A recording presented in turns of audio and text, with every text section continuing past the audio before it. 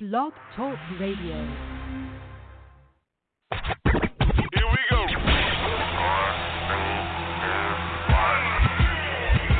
Blast off. This is True Capitalist Radio. True Capitalist Radio. I am your host, the man they call Ghost. The badass of business. Give him capitalism or give him death. That's it. Period. Broadcasting from his Skyline office studios in beautiful downtown Austin, Texas. You sound fruitier than a box of Fruit Loops, for Christ's sake. And now, he'll take it from here. Your host, the prognosticator of prognosticators, the man they call Ghost.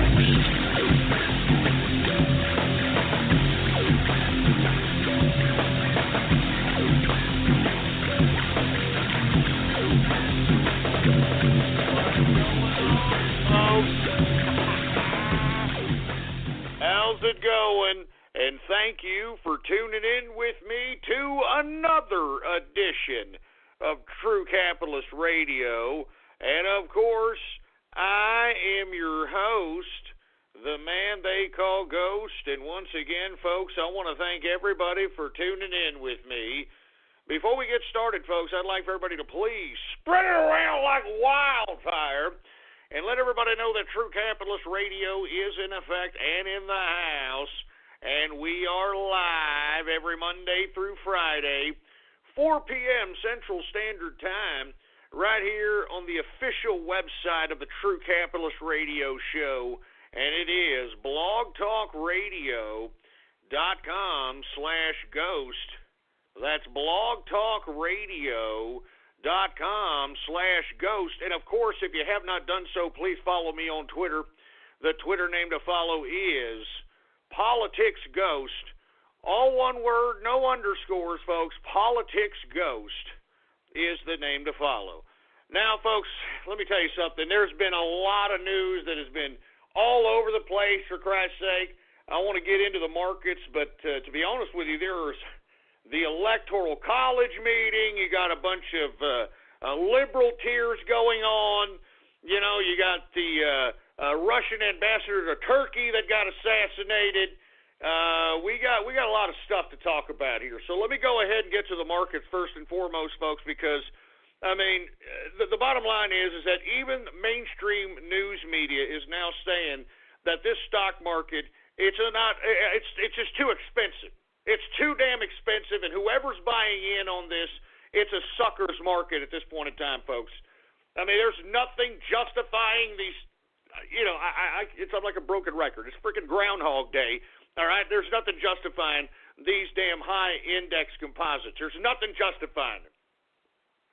But once again, for whatever reason, you've got this investment community once again pumping and dumping, if you want my opinion. Now, if you're once again a pattern or day trader, this is good for you because you get to, you know, try to get in on some of this volatility, gain yourself some liquid. But folks, as far as buying anything for the long term here, I mean, this is fool's gold. Anyway, we got the Dow Jones Industrial up today, 39.65 points, a percentage increase of 0.20%, closing out the Dow at 19,883.06 points for the Dow Jones Industrial, folks. We've got, let me see what else we got going on over here. S&P 500 also up today, 4.46 points, a percentage increase of 0.20%, closing out the S&P at 2,262.53 points for the S&P 500. We've got the NASDAQ. It is also down today, or it's up today. Excuse me. What the hell am I talking about? It is up today, 20.28 points. All right, a percentage increase of 0.37%, closing out the NASDAQ at 5,457.44 points for the NASDAQ composite. Now, folks, once again, I don't know what the hell's going on in the equities markets. I mean, you know, luckily for me, I have a long-term investment portfolio that goes back some considerable amounts of time, and I'm glad that I'm seeing these, you know, all-time highs and whatnot. But what means more to me when it comes to collecting blue chips and have had them for, you know, 10 plus years is to ride the volatility of the evolution of the stock. A lot of these stocks, folks, they either split, they reverse split, they buy back, they increase dividends. There's a bunch of factors that go on when you buy in blue chips for the long term. But as far as I'm concerned, if you're buying in right now at any of these blue chips, you're going to be waiting a long time once the correction happens in the market. And believe me, there's going to be a major correction happen in this market at any time. But once it happens, you're going to be holding a bag, in my personal opinion. Anybody investing in the long term in this market right now is going to be holding a bag for a very, very long time as far as I'm concerned. Because, I mean, good God, there's nothing justifying this crap. There's nothing justifying this crap. Anyway, let's go ahead and get to the commodities, shall we, folks? Because I want to get through these markets really, really fast because I know everybody wants to talk about, the international affairs, politics, the Electoral College, lots of things to talk about here today, folks. So let me go ahead and run through these commodities here. Let's get to energy. Really weird helter-skelter situation in the energy sector. WTI was up slightly today, was up 9 cents. A percentage increase of 0.17% increase on the day, closing out WTI sweet crude at $51.99 per barrel of WTI sweet crude. We got Brent crude down today. It was down 27 cents, a percentage decrease of 0.49% decrease on the day, closing out Brent crude at $54.94 per barrel of Brent crude. Gasoline was also up today for some reason, a 0.35% increase on the day. Natural gas, once again, feast or famine, it was down modestly that it usually is. Down today, 0.29% decrease for natural gas. Heating oil is also down modestly today. It is also down 0.35%. Let's go ahead and get to the metals, shall we? The metals! Let's get to the goddamn metals! Now, folks, something very interesting happening in metals, just like we saw weird anomalies in the energy sector that I just discussed here. We got gold up today, okay? It's up modestly, $3, a percentage increase of 0.26%, closing out gold at $1,140.40 per troy ounce of gold. Now we get down to silver. Silver is down. Silver is down. It's down 20 cents today, a percentage decrease of 1.23% decrease on the day for silver, closing out silver at $16.02 per troy ounce of silver. It doesn't make any sense, but once again, what makes sense in this erratic, helter-skelter investment community out here, for Christ's sake? Anyway, copper is also down. Copper took it on the teeth today. What the hell's going on with copper? All right, copper is down today, 2.50% decrease on the day for copper. Good God. Let's go ahead and get to platinum. Platinum is up very modestly. It is up 0.02% increase on the day for platinum. Let's go ahead and go to the agriculture, folks, all right? Now we're seeing decreases in agriculture because, as I stated, folks, commodities traditionally go down when you see a rise in the value of the dollar, which we have seen considerable increases in the value of the dollar here in the past several months, especially here within the past week and a half. And traditionally, because the value of the dollar goes up, you're going to see decreases in commodities. We're not seeing that many decreases in commodities as it relates to energy and metals, but we're starting to see it reflected to some extent out here in the grains and in agriculture. And the reason I say this, folks, is because I'm starting to realize that the only investment community amongst the whole vast array of it that has still some fledgling remnants of any kind of financial fundamentals are the commodities traders out there at the CME exchange. They understand value of dollars. Because they're selling commodities out here. They're actually selling commodities. They're not selling paper out here like in equities. They're selling, they're selling commodities.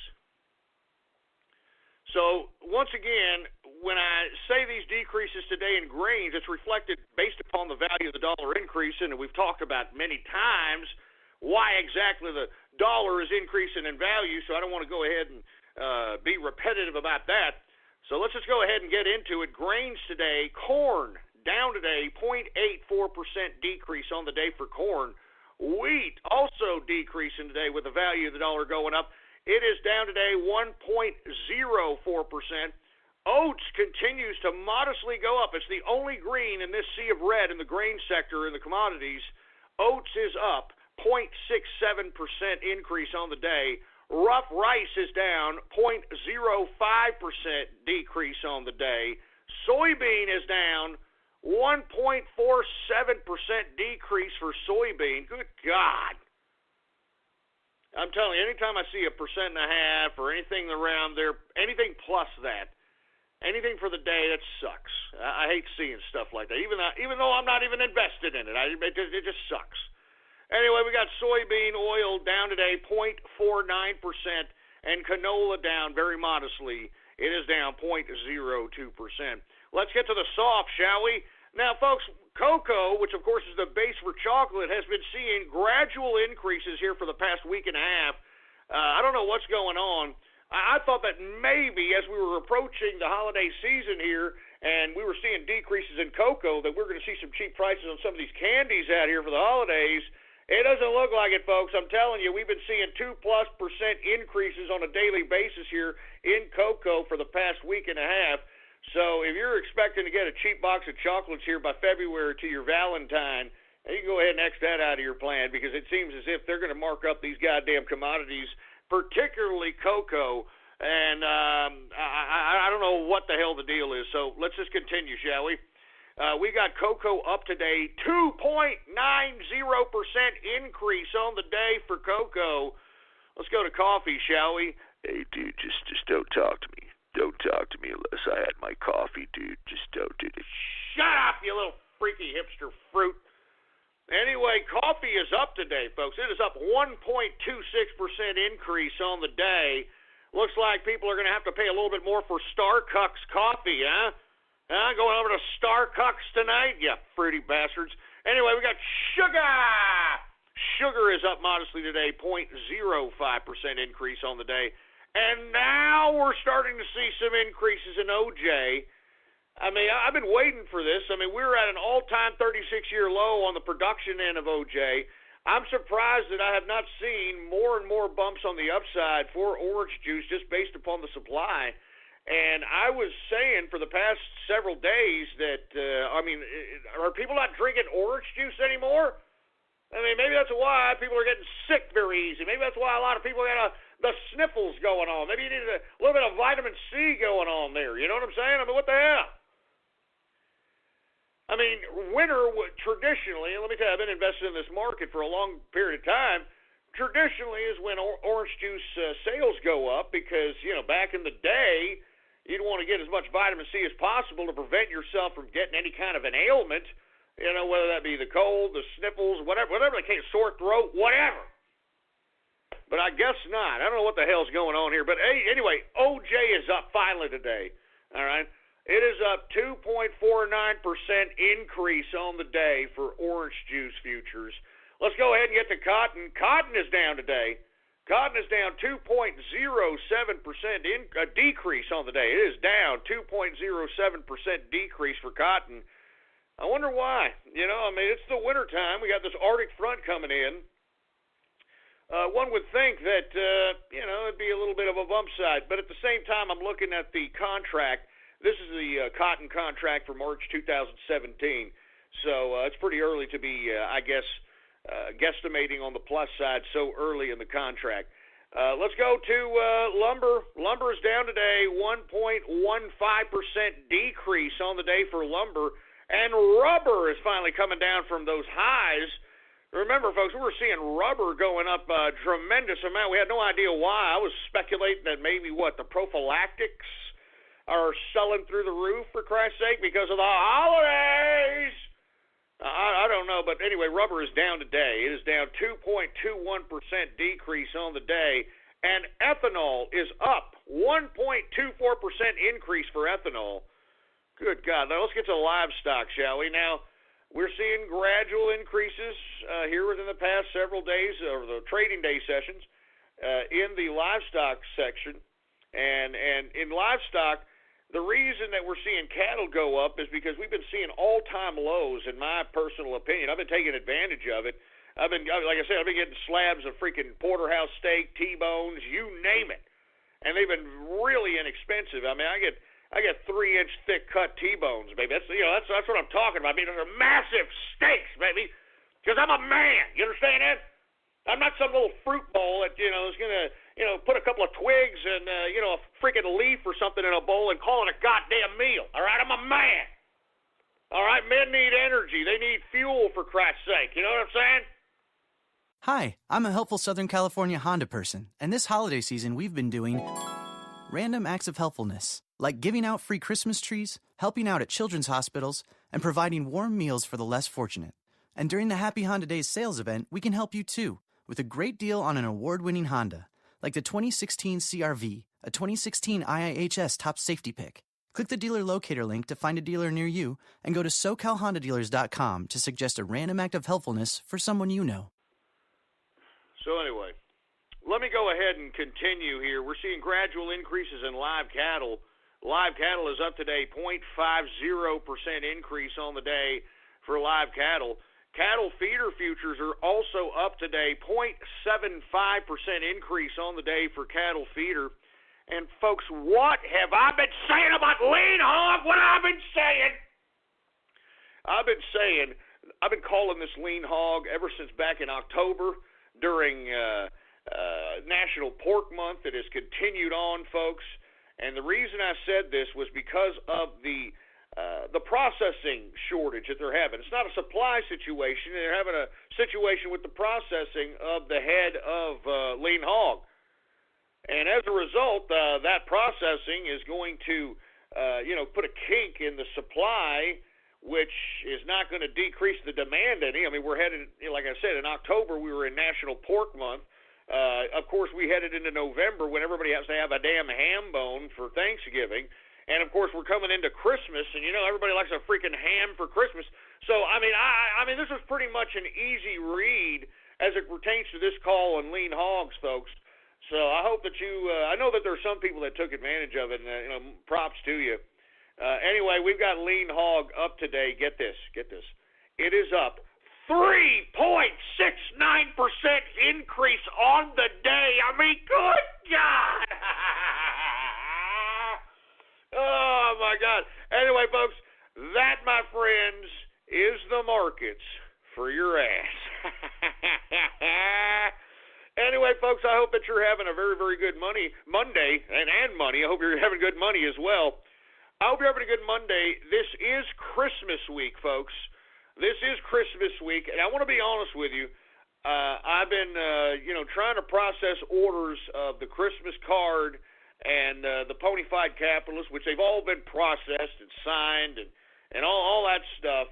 It's taken a lot out of me. Then I got to do the show. I got to do some trading. I got to do my brick mortar businesses out here. There's a lot of things that are going on here, so. I'm running on empty, to say the least, all right? I'm running on goddamn empty. And I'm going to be completely honest with you, folks. When you get these Christmas cards, you're going to be happy with them. I mean, we got, it's a photograph at the Christmas party for True Capitalist Radio. It's the True Capitalist Radio family. It's yours truly. It's Mrs. Ghost. It's the engineer in Templeton. We took a big picture. I hope that you all appreciate it. I think that you all are going to like it. It was a great party. We got a little loose, right, engineer? We got a little bit loose there. Yeah, I got a little loose there, but I hope that you all appreciate it. And I want to thank everybody who purchased a Christmas card. I want to thank all those that purchased a Ponyfied Capitalist. Let me tell you, the brony solidified themselves as not being a fad, all right? I'll tell you, they solidified themselves as not being a fad. So anyway, I want to thank everybody for doing that. Let's go ahead and get right into it, folks, okay? And first and foremost, the Inner Circle also got the same card, but of course, because they were part of the Inner Circle, they didn't have to pay for anything. And I know people are asking me about, how do I get in the Inner Circle? Listen to me. If I do put up a few slots up, it's not going to be very many, and it's going to be the last. It's going to be the last because, to be honest with you, I've got big plans for the Inner Circle. As a matter of fact, coming in the new year, we're going to have our own little get-together area virtually. I might put out a mailer, to mail to the Inner Circle, give an Inner Circle news, Inner Circle contests, things of that capacity, because you want to know why I appreciate the Inner Circle? Because these are folks that, were listening to me, and let me tell you, each and every one of them have written me extensively, on their experience with the broadcast and, what it's done for them and that sort of thing, and they mean a lot to me because obviously I meant something to them, and what proves it is them just not even hesitating and joining the Inner Circle. So I want to say, first and foremost, before I get to the rest of the broadcast, I want to say cheers to the Inner Circle, and I want to say thank you dearly, and that's why the card that you're going to receive, that is personalized. Unfortunately, the ones that are sold to those that weren't a part, they're not personalized. I want to say cheers to you. I stayed up all night personalizing the Inner Circle. Let me tell you, I didn't think that many people in the Inner Circle actually wanted a free card. Good God. I mean, good God. I'm serious. I'm not joking around. Good God. I mean, literally 3/4 of the Inner Circle wanted a card. And, hey, listen, I have no problem staying up all night, personalizing these things. I have no problem. You understand what I'm saying? Once again, cheers to the Inner Circle. Thank you very much. And you guys are my friends. You're my family. Let me tell you something, man. I'm not sending Christmas cards to anybody else. I'll tell you that right now. I'm not out here sending Christmas cards to any family members or any of that crap. As a matter of fact, I don't like that crap. You know what I mean? Because typically, you know what Christmas cards are? They're an excuse for, some family member or some friend to flaunt or floss in front of you. Like, hi, look, my family is better than yours.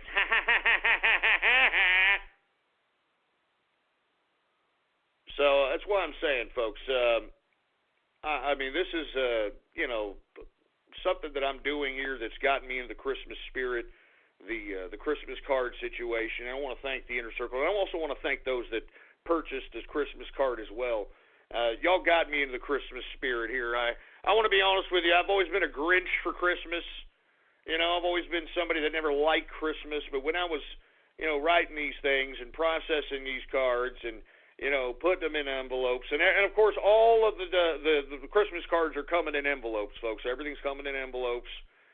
When I was doing these things, I was like, man, this is what Christmas is all about, isn't it? This is what Christmas is all about.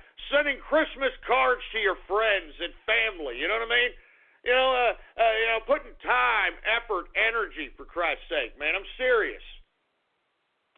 I'm in the Christmas spirit. I'm sorry. It's first year, 2016, maybe, maybe I'm prematurely optimistic because we've got Trump as the president. They're going to make America great again. I love the economic policies that are coming around. People are going to get employed again. I'm just optimistic. I feel the Christmas spirit, folks. I feel it. I'm not joking around. I mean, I feel that it's Christmas week, and not to mention, it's cold out here in Texas, for Christ's sake, for once. I mean, typically out here in Texas, folks, it ain't usually cold out here for Christmas. By the time it gets cold out here in Texas, it's like February, and it's like great. It's February, and it's cold. Here you are, you want to take your chick out to eat, give her a, fancy wining and dining time, so that you can, be paid back in a rendezvous later on in the evening. But no, you're stricken with cold ass weather that freaking freezes your balls off at that time out here in Texas. But it's pretty cold out here in Texas, folks. So anyway, listen, I'm sorry for going off keister there. I do want to say cheers to the Inner Circle. Let me go ahead and take a sip to the Inner Circle, man.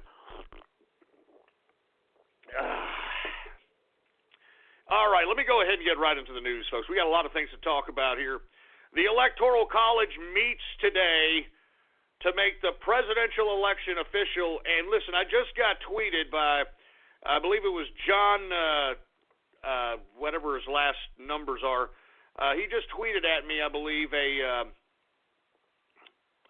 article or a tweet that stated that Donald Trump, here it is. Thank you, John987, so on and so forth, Inner Circle member. Here we go. Trump has crossed the line 270 Electoral College vote threshold, making it official that he will most certainly be the next president of the United States of America. So let me go ahead and retweet that here. All right? Let me go ahead and retweet that here. And the bottom line is, folks, is all these liberal tears that are being spouted out everywhere. Did you see the Wisconsin Electoral College, for Christ's sake? I mean, did you see the liberal tears coming out of them? If you haven't seen it, go to YouTube and check out these stupid idiots in Wisconsin after the Electoral College gave their vote, for Christ's sake, their electors, I should say, gave their vote. You had these morons getting up. You had some lady flipping out saying, "This is my country. How dare you? This is my country. This is my..." I mean, do you understand the arrogance of a liberal? I mean, it's on the YouTube video. You can go look it up for yourself. This dumb maniac, liberal, lunatic broad had the audacity to stand up, and literally she was shouting, "This is my country! How dare you! How dare you!" And then you had idiots in the freaking audience yelling, "Shame! Shame! Shame!" I mean, is that the new, defense mechanism whenever there's, a collective group of goddamn liberal, softy, social liberal snowflakes? Is that the new defense mechanism? Is everybody just kind of points to somebody and goes, "Shame! Shame! Shame!" You know what I would say? I would say, you know what? Who gives a crap? Shame on me? Who the hell are you losers, man? I mean, you understand how collectivism works? That's how it works. You know? I mean, he's yelling shame? She's yelling shame? Well, I'm going to shame! Shame! I mean, it's just disgusting, man. It's just disgusting. And on top of which, folks, on top of all the hoopla, all the liberal hysteria, all the attempts at trying to usurp the people's will, whether it be through Christine Pelosi, the CIA, Russia, whatever. The bottom line is, folks, is that we are now in a situation where we have to move forward, and these idiots that don't want to move forward, I alluded this to the last time, because there's no rationalizing with these people. I mean, listen, I was really, really glad to see David Axelrod, which was the Karl Rove of the Obama administration, literally the chief political consultant that literally catapulted Barack Obama to his 2008 win for president. He tweeted and stated, look, as much as I disagree with Donald Trump's candidacy in his election, the electors will vote him in as they should. If not, it would cause chaos. And it was good to see somebody like David Axelrod to be a voice of reason out there on the left, because that's what the left is really missing. I mean, they're missing a voice of reason out here. As I alluded to on Friday, I mean, it's okay to oppose Donald Trump, all right? I mean, okay, you oppose Donald Trump. You oppose the Republicans. You oppose his policy, whatever the case might be. As I stated, what you should be doing, instead of sitting out here rabble-rousing, trying to provoke violence, trying to veil threat Trump, Michael Moore, you fat bastard, instead of trying to do that, why don't you go and try to convey your ideas through a variety of different venues and convince enough people your political perspective so that either you, they, or all of you can go and try to convey that on a national scale, on a political scale, on a municipal scale, whatever scale. That's how politics works, you nimrods. But no, they don't want to do that. We live in such a generation. Let me tell you, the more and more I wake up and see the reactions of the majority of these millennials out here, it breaks my heart because I cannot believe that, you know what this is? You know what these spoiled brat millennial pieces of snowflake social justice warrior crap are? They're a product of what anyone would deem good parenting at face value. You know, they gave their children everything they wanted. They gave them a delicate little childhood. They pussy pampered pedestal all throughout their stupid educational career, all that crap.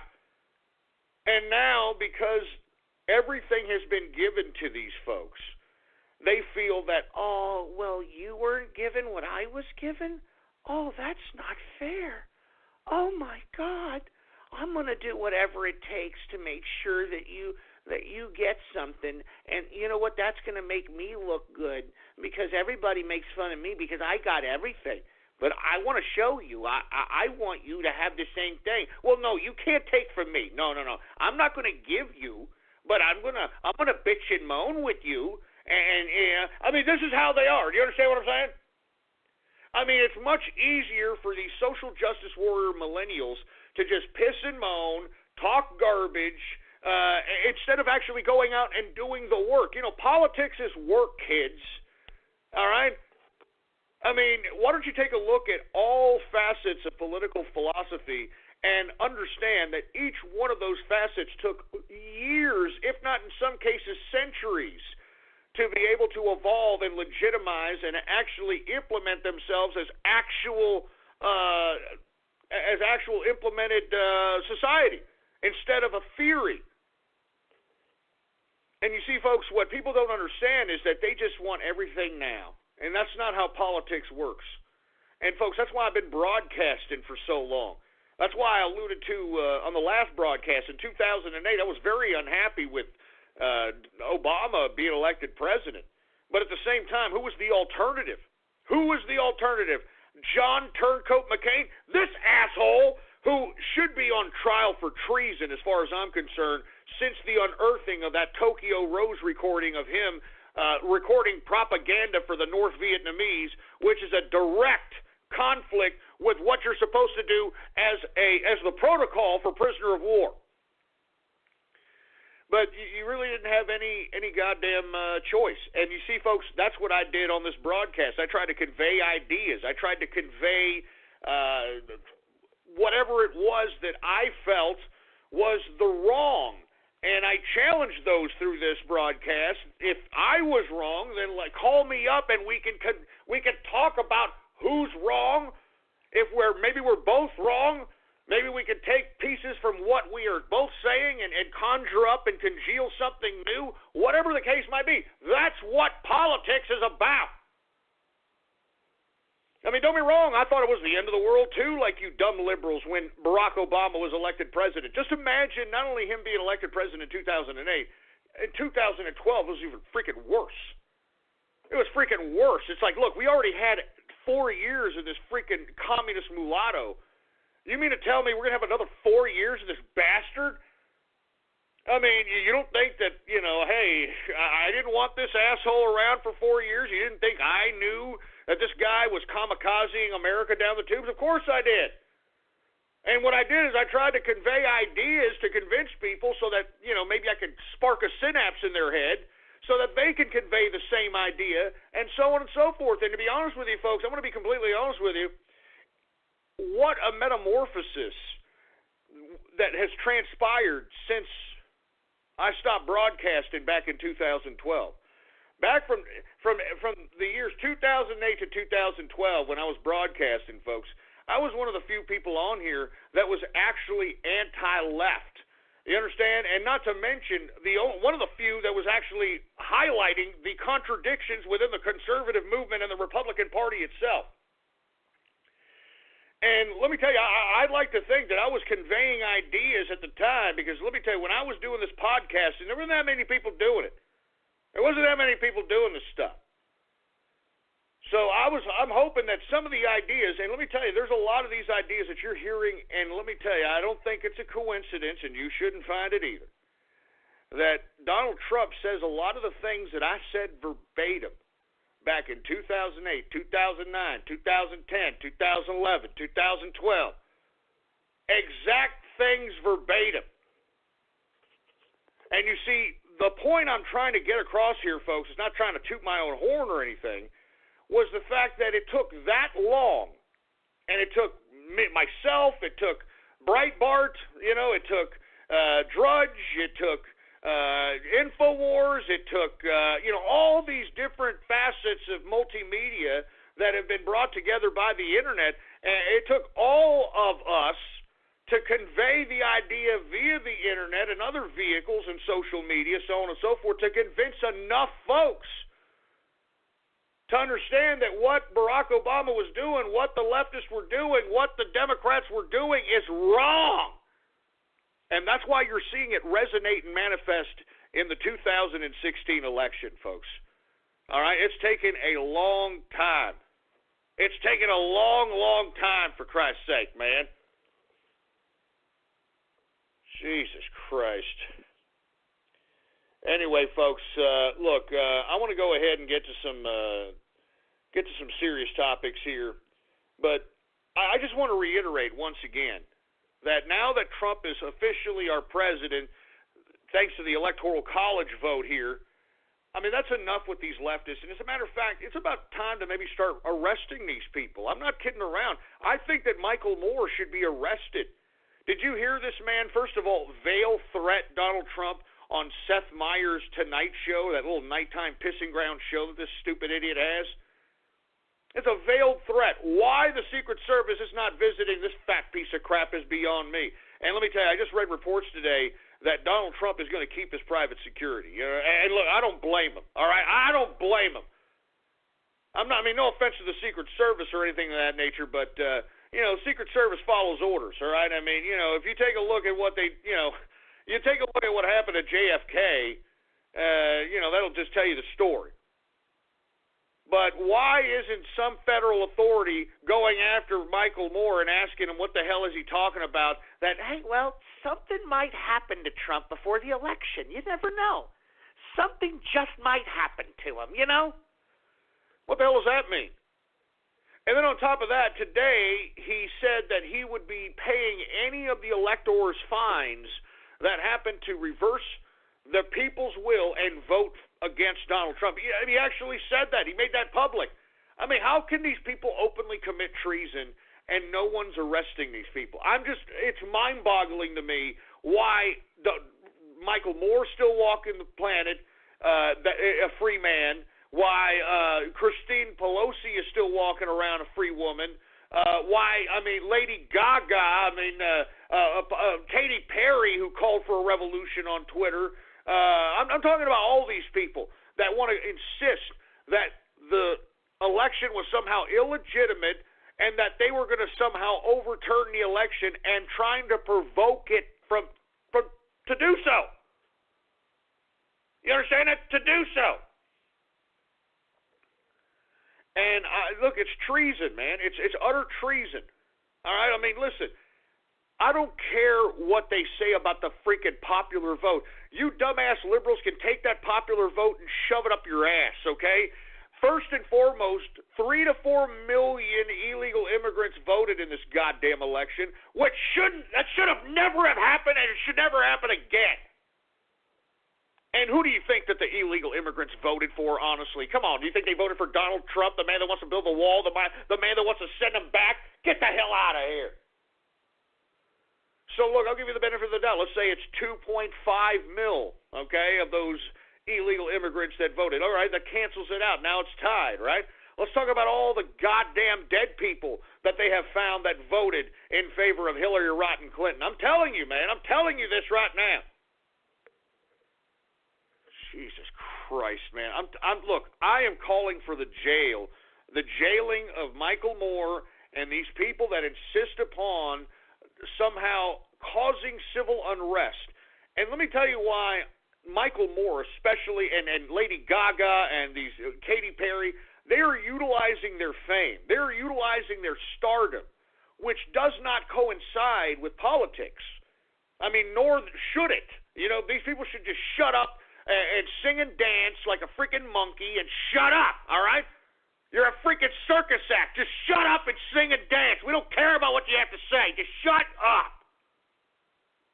But no, you see, they're utilizing their stardom in an attempt to not just tip an election, but now to provoke civil unrest. And And I think that Katy Perry calling for a revolution, Lady Gaga trying to, she remember right after the election, she stood outside Trump Tower and, this is an illegitimate election, I'm for the people and this and that, and then once she got tired, she drove off in a freaking Rolls-Royce Phantom, so she knows exactly what the people's strife is about. Yeah, no, I'm serious. After she was protesting the night of the election, she went out there like some stupid jagoff and pretended like she was protesting, inspired a bunch of jerkasses to follow her, and let me tell you, they haven't left since then. You notice that? These freaking people at Trump Tower, they haven't left. And I attribute that to Lady Gaga as far as I'm concerned, in my opinion. I mean, she was the first one there and trying to antagonize people to go there. And I just think these people need to be arrested. They need to be accountable. I'm not joking around. I hope that Donald Trump seriously considers arresting these people. I'm not messing around. Listen, if you want to be against Trump, that's fine. Go ahead, be against Trump, man. Talk why you're against him. You don't like his foreign policy? Well, what is his foreign policy? You don't like his economic policy? Well, what is his economic policy? And then once you explain it, well, then what's your remedy to that? What's your remedy to the proposals that he's put forth? What is your remedy instead of pissing and moaning? And you see, none of them have any kind of remedy. That's why it's easier to piss and moan than actually fix something. You know what I mean? It's easier when you break your toy. It's easier to be like, nah, than to actually try to figure out to see if you could probably put it together to play with it again. I mean, Jesus Christ, man. Can't believe this crap. Once again, I shouldn't be so jaded right now, because that's what these liberals want. They want you to be jaded and depressed and soulless as they are, because I should be celebrating. It should be a celebratory time right now, because Donald Trump has been confirmed by the Electoral College that he will be the U.S. President of the United States. God damn, I can't wait. God damn, I can't wait, folks. I'm telling you this right now. I am optimistic for the future. I am optimistic for America's financial, economic future. I've got my own economic situation in place. I've been waiting for this. I've been waiting for this, man. I mean, there's going to be a lot of wealth being generated in the Trump economy. I told you that this was a capitalist revolution. Didn't I tell you? I told you. I told all of you that this was a capitalist revolution. Look at Donald Trump's cabinet, for Christ's sake. Pure, unadulterated capitalists. And what have I always said, folks? That change comes from the top down, not from the bottom up. It comes from the top down. You have to convey your ideas to the point where it convinces somebody at the top that, you know what, he's right. What the hell are we doing? What is this? And then once you have enough people within the top framework of society realizing that the old guard of whatever in the hell is left of the old guard of the elites, when they start realizing that, hey, look, it's time to put you old bastards to pasture. It's time to do some new stuff now. But you need ideas. I've always said, folks, it's a battle of ideas. And I'm telling you this right now. Please, if you do not believe me, look back in the archive at blogtalkradio.com/ghost. Okay? And take a look at those 2008, 2009, 2010 broadcasts. Take a look at the things I was discussing at that time. Take a look at society now. Moreover, listen to some of those things that I'm saying back then, and you will hear them verbatim come out of the mouth of Donald Trump. As a matter of fact, when I came back in March of this year, everybody knew that I came back because of Donald Trump. It was already assumed that he's coming back because of Trump. You're goddamn right I came back because of Trump.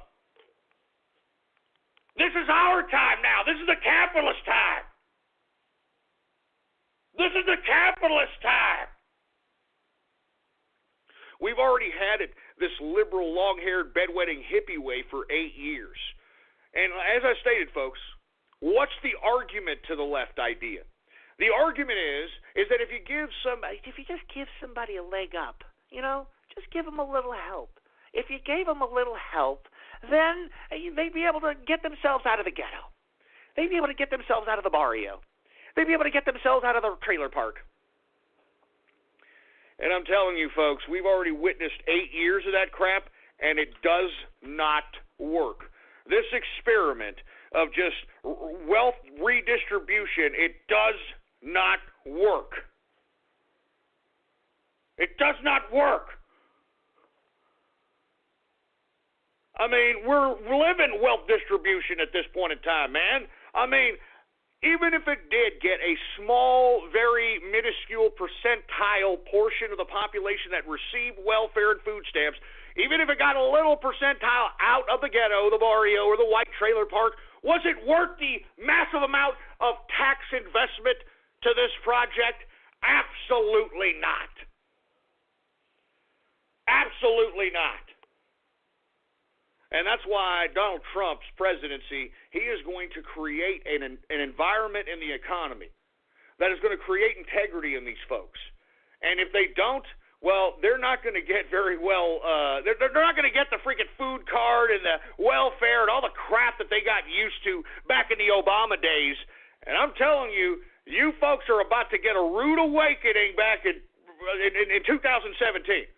You're about to get a rude awakening. All you people that have been sitting back, shoveling food down your gullet like a goddamn garbage disposal, collecting month after month freaking food cards and welfare and housing voucher programs and free child care and all this other crap. You got a rude awakening come 2017 because you know what? You assholes are about to go back to work. We're about to put you back to work, folks. And I said, didn't I say this was going to happen? Look back in that archive, boy. Look back in that goddamn archive. I said that you people this was all going to come to an end. That all this EBT and housing vouchers and welfare, it was all going to come to an end, and here it comes, folks. I hope that you're ready for it, all right? You've been sitting there turning yourself into a diabetic gas bag for about 8 years on the freaking taxpayer dime. And now all of a sudden you're going to have to get yourself back to work, boy. You're going to have to get yourself back to work, boy. Anyway, folks, let's go ahead. Before I get to some Twitter shout-outs, because we do have some major news to talk about. We're going to talk about it here in the second hour. We're going to talk about the assassination of the Russian ambassador to Turkey. That was a pretty raw assassination. It was caught on tape, just blew him away, and we're going to talk about that. As a matter of fact, folks, I also want to discuss something that just happened here. Russia, okay, this is a really serious black operation, some kind of CIA. We're going to talk about it here in a second, but what I'm about to retweet now, the head of one of Russia's foreign ministry departments has been found shot dead in Moscow. All right, here it is. Let me go ahead and retweet that. So there's a lot of news to get to, and as a matter of fact, I'm going to open up the phone lines and hear some people's opinions on what the hell this means. It was very perplexing when I heard that the Russian ambassador to Turkey was killed. I didn't know what to make of it.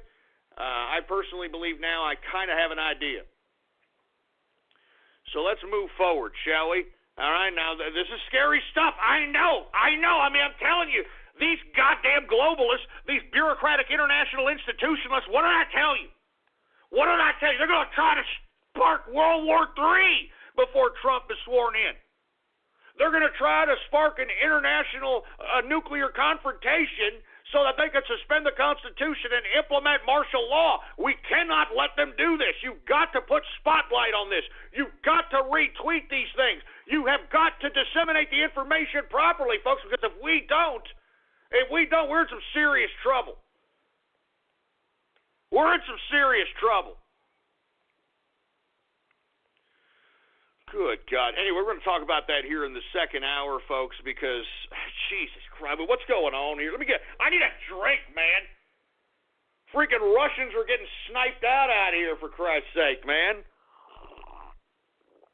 And lest we forget, folks, that Barack Obama did say that he would retaliate because of the, quote, cyber attacks or Russian hacking or whatever in the hell they're trying to implicate, all right? Whatever they're trying to implicate, didn't Barack Obama say something about retaliation? I wonder if this has something to do with that, all right? I wonder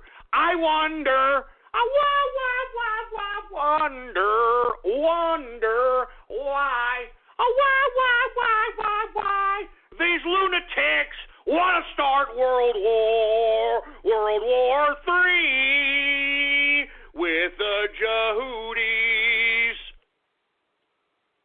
and Russia. Anyway, folks, sorry, I'm trying to get some gallus humor here amidst all this, unprecedented international turmoil that's happening right before our very eyes. So without any further ado, let's just get to some Twitter shout-outs. And for you folks that are unaware, I will give you a Twitter shout-out live right here on the broadcast if you retweet the tweet on my Twitter account that states True Capitalist Radio Live. That's right, folks. True Capitalist Radio Live is the tweet to retweet if you want a Twitter shout-out live right here on the broadcast right here and now. Do we have any Twitter shout-outs to be had, engineer?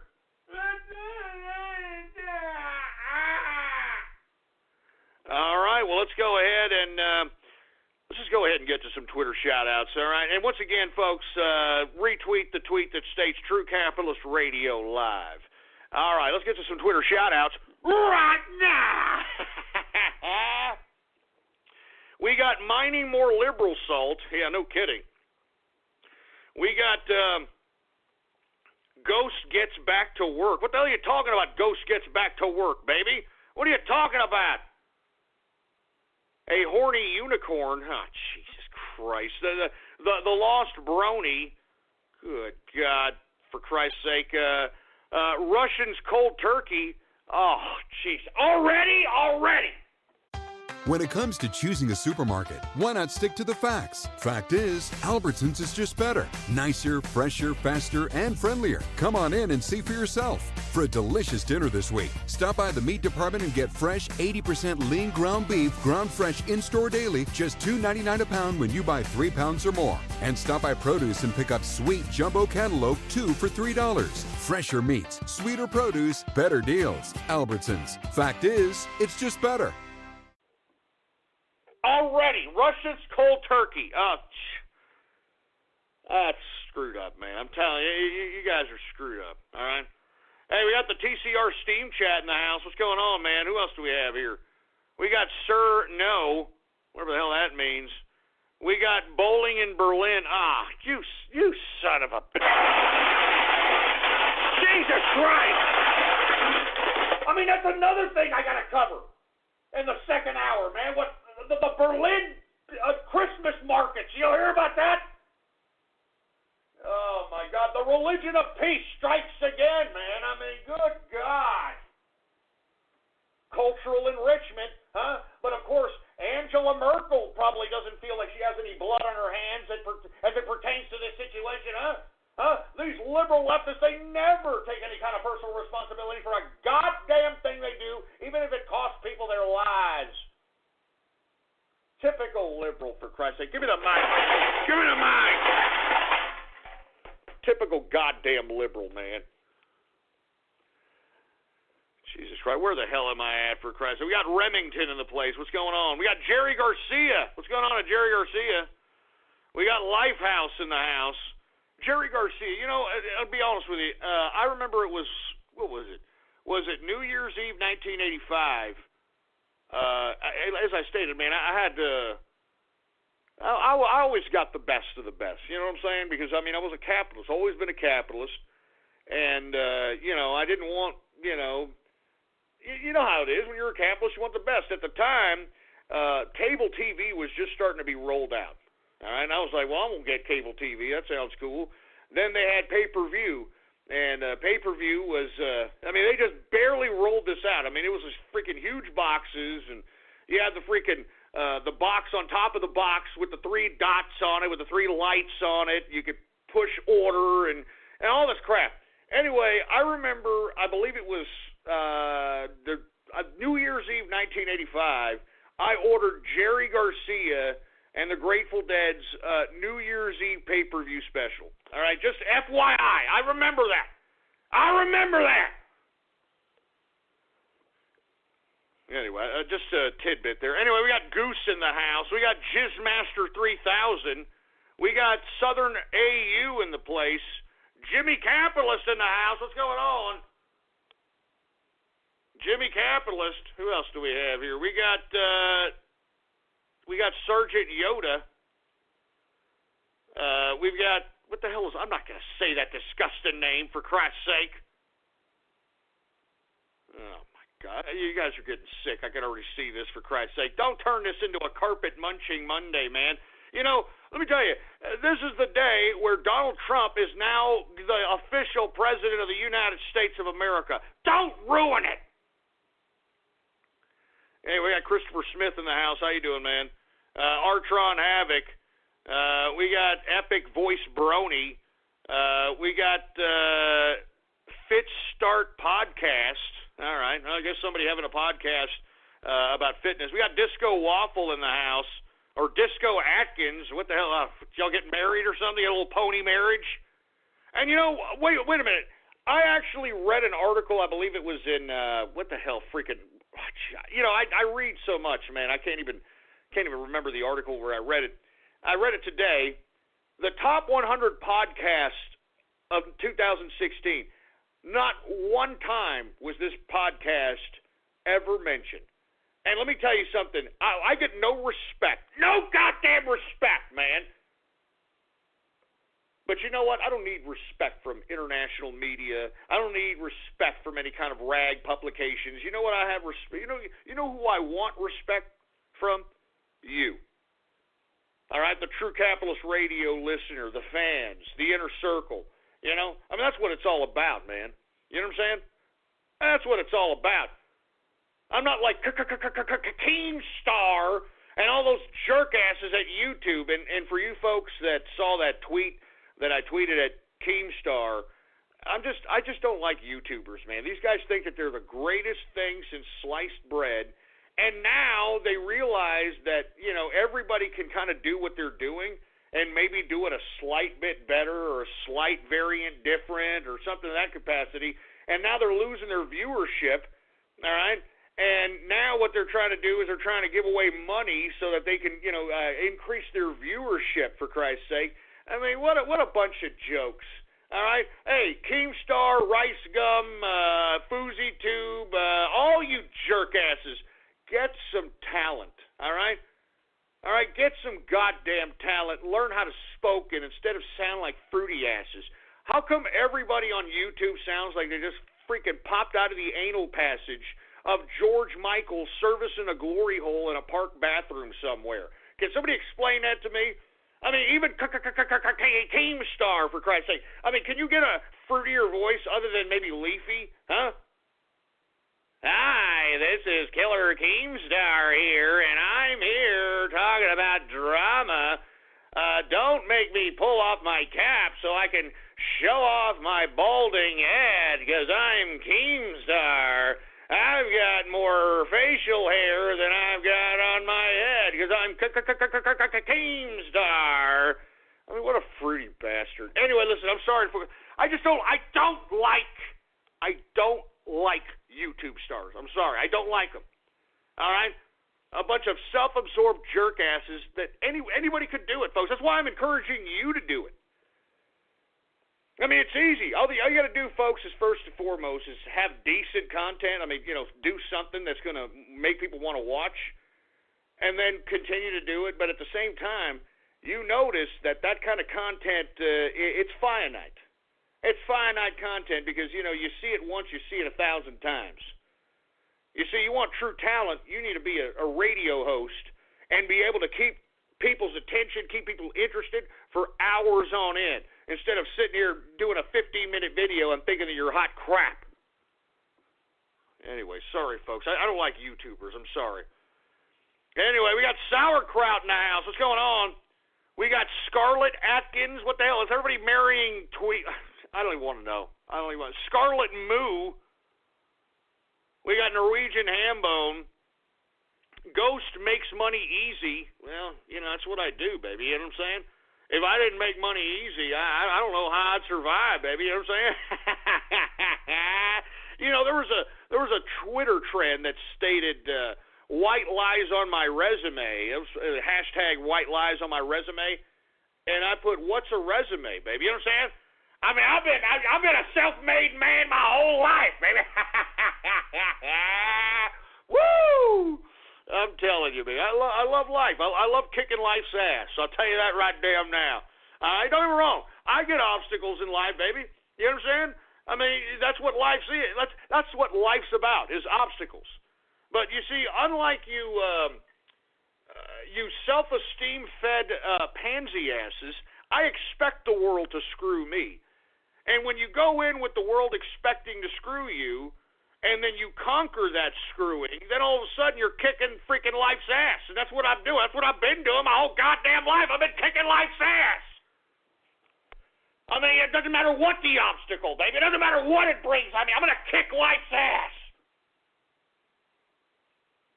Anyway, sorry, folks. We got Supa in the place. What's going on?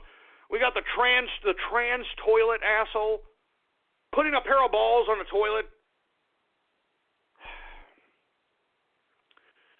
Keep on trucking Berlin. Oh, jeez. Man, come on, man. Come on. Keep on trucking freaking Berlin. Shut up, man. People are sick. What's going on to Ward 24? Anyway, we are now in the second hour of the True Capitalist Radio broadcast. And, of course, I am your host, the man they call Ghost. And once again, folks, I want to thank everybody for tuning in with me. Before we get started, I'd like for everybody to please spread it around like wildfire and let everybody know that True Capitalist Radio is in effect and in the house, and we are live every Monday through Friday, 4 p.m. Central Standard Time, right here on the official website of the True Capitalist Radio broadcast, and of course it is blogtalkradio.com/ghost. That's blogtalkradio.com/ghost. And if you have not done so, folks, please follow me on Twitter, boy. The Twitter name to follow is PoliticsGhost. All one word, no underscores. PoliticsGhost. Go ahead and follow me on Twitter, folks. Anyway, we're going to go ahead and take a couple more of these Twitter shout-outs, and then we're going to get to the crux of the broadcast. We've got a lot of things to talk about. We're talking about the assassination of the Russian ambassador to Turkey, some foreign minister that just recently got sniped in Russia. A lot of things happening all over the world, folks. Putin is claiming that NATO is involved. So we're going to get to that here in the second hour, and I want to hear what you have to say about it.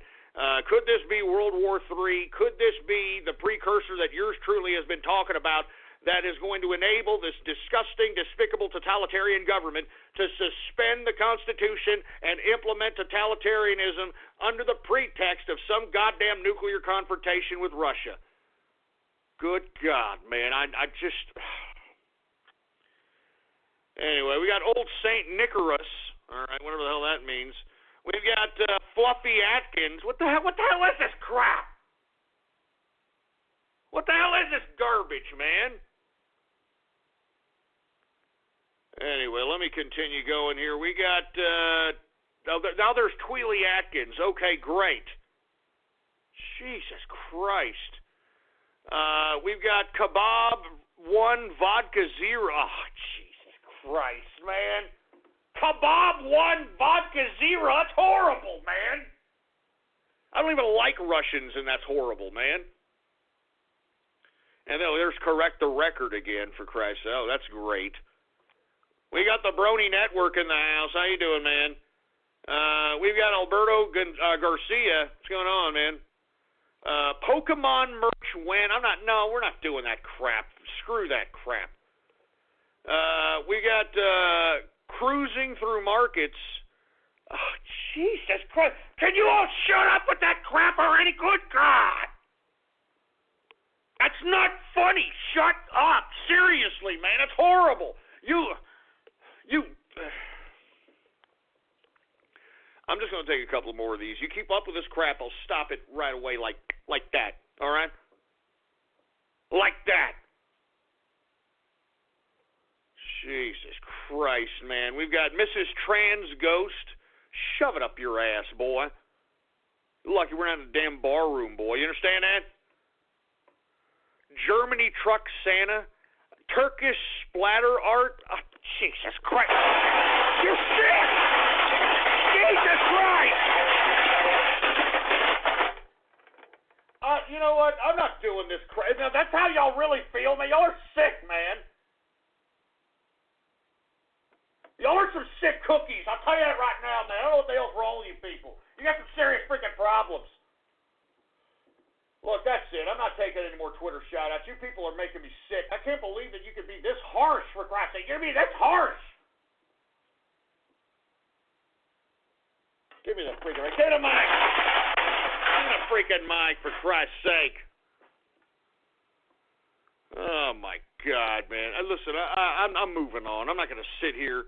What's going on with Squid Girl? All right? Anyway, and Raiden Snake, what's going on, man? Anyway, that's enough. All right, that's enough. Oh, what, am I lagging again? APC 227, what's going on? Am I lagging again? Are they trying to do something to my freaking broadcasts again, for Christ's sake? Good God. Anyway, let's continue going here. What's going on to Distilling Capitalist? Anyway, let me move on to the broadcast. Let me get a drink after that ridiculous Twitter shout-out. Get a drink here quick. Now, we're going to go ahead and discuss this situation that we are witnessing, and obviously we've got more situations developing. I mean, the first one I want to discuss, obviously, is the Russian ambassador to Turkey being assassinated by somebody who's supposed to be a decorated police officer in Turkey prior to shooting the ambassador to Turkey from Russia. The man's name was Andrei Karlov. He started screaming Allah snack bar and rambling things about Aleppo. So obviously this was some kind of retaliation, supposedly, as it pertains to the atrocities that Russia and I guess the Syrian army, which Russia is backing, is perpetrating on the people of Aleppo. Now, I haven't talked much about Aleppo, folks, because in essence, there's really nothing to talk about other than the horrific tragedy that's been going on out there ever since I've been discussing the Syrian situation back in 2010, all right? But this apparently was some, a la snack bar case in which this was retribution to Russia's involvement in Aleppo, which is in Syria. And I don't know. I find that a little hard to believe. I mean, in my personal opinion, folks, all right? In my personal opinion, I believe that this could potentially be something to do with either, and look, I'm not trying to take Putin's side here. I don't like Russia at all. But it definitely smells something of CIA black operations. It definitely smells something maybe in coordination with NATO. From what I've read from CIA documents that have been unclassified, a lot of these folks pull off these multinational operations so that each and every one of these agencies have plausible deniability. So maybe this was a combination of collusion between the CIA, NATO, and other black operative forces across the world. And the reason I suggest this, folks, is because, as I stated, the CIA runs the jihadist movement in this world, and if you don't believe me, well, then you're an imbecile, all right? You're an absolute idiot. They're the ones that created Al-Qaeda. They turned Al-Qaeda into ISIS so that it can make it a more marketable name, because nobody wants to be affiliated with Al-Qaeda because, well, that's old. That's bin Laden stuff. Nobody, and not to mention, folks, now that I made it aware that Tim Osman was the CIA code name for Osama bin Laden, and people are Googling it. Now Google is trying to suppress that information. But it's widely known that this man was a CIA operative. All you have to do is ask yourself, if this man was the perpetrator of 9/11, why exactly did they ground all flights in America with the exception of piloting privately, when no other planes were in the air, the bin Laden family out of the United States of America. How come? I mean, do you think that you'd get that kind of treatment if your brother decided to go ahead and bring down the World Trade Center, and then you and your family were able to get this preferential treatment while everybody else was mandated by the government to be grounded as it pertains to flights? You were able to go ahead and fly around and get out of the country. I mean, it's a disgrace, all right? It's an utter disgrace. Now, in my personal opinion, this smells like black operation, CIA, some kind of situation of that capacity. Because as I stated, folks, I mean, the CIA runs the jihadist movement. They've been running it ever since the Russian war. And I know that there's elements of the Mossad as well that also run these factions of ISIS and so on and so forth. Now, I don't want to get into all that, because if you really read into it, the leader, Baghdadi, of ISIS has direct ties with the Mossad. You could go ahead and look that up for yourself. This all interconnects, folks. I mean, as I stated, this globalist network, what Alex Jones calls a combine, which is a bunch of global institutions coming together for world domination. These individuals, you know, that's what they want. They want to control everything. That's why whenever there's been any kind of conflict in the world, there's never been any kind of war that had one clear winner on one side or the other. Haven't you noticed that? Ever since World War II, there hasn't been any kind of clear winner of any kind of war going on. There's always just been constant, perpetual conflict. And the reason is because these globalists, that's what they do. This is a communist takeover, like I've always said. I said it in 2008, 2009, 2010, this was communism. But they like to central plan everything. They like to manage wars. They like to manage conflicts. And that's exactly what they're doing in the Middle East, folks. They're managing the conflict. They're managing wars. You know? I mean, this is all this is. It's perpetual war, perpetual devastation. So that, you know, I mean, just imagine how difficult it is on a global scale to control 7.5 billion people. And the only way you can do that is if you perpetuate constant fear, devastation, death, destruction. I mean, that's the only way you're going to be able to physically and mentally control 7.5 billion people.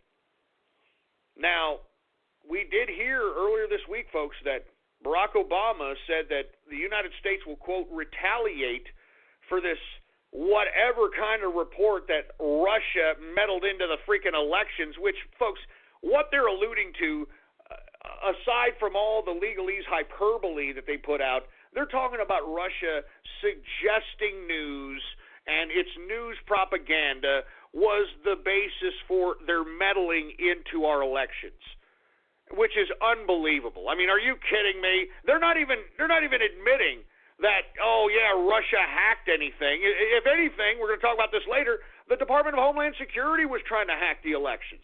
And that's starting to come out. So, in my personal opinion, folks, I don't know what the hell to make of this particular assassination of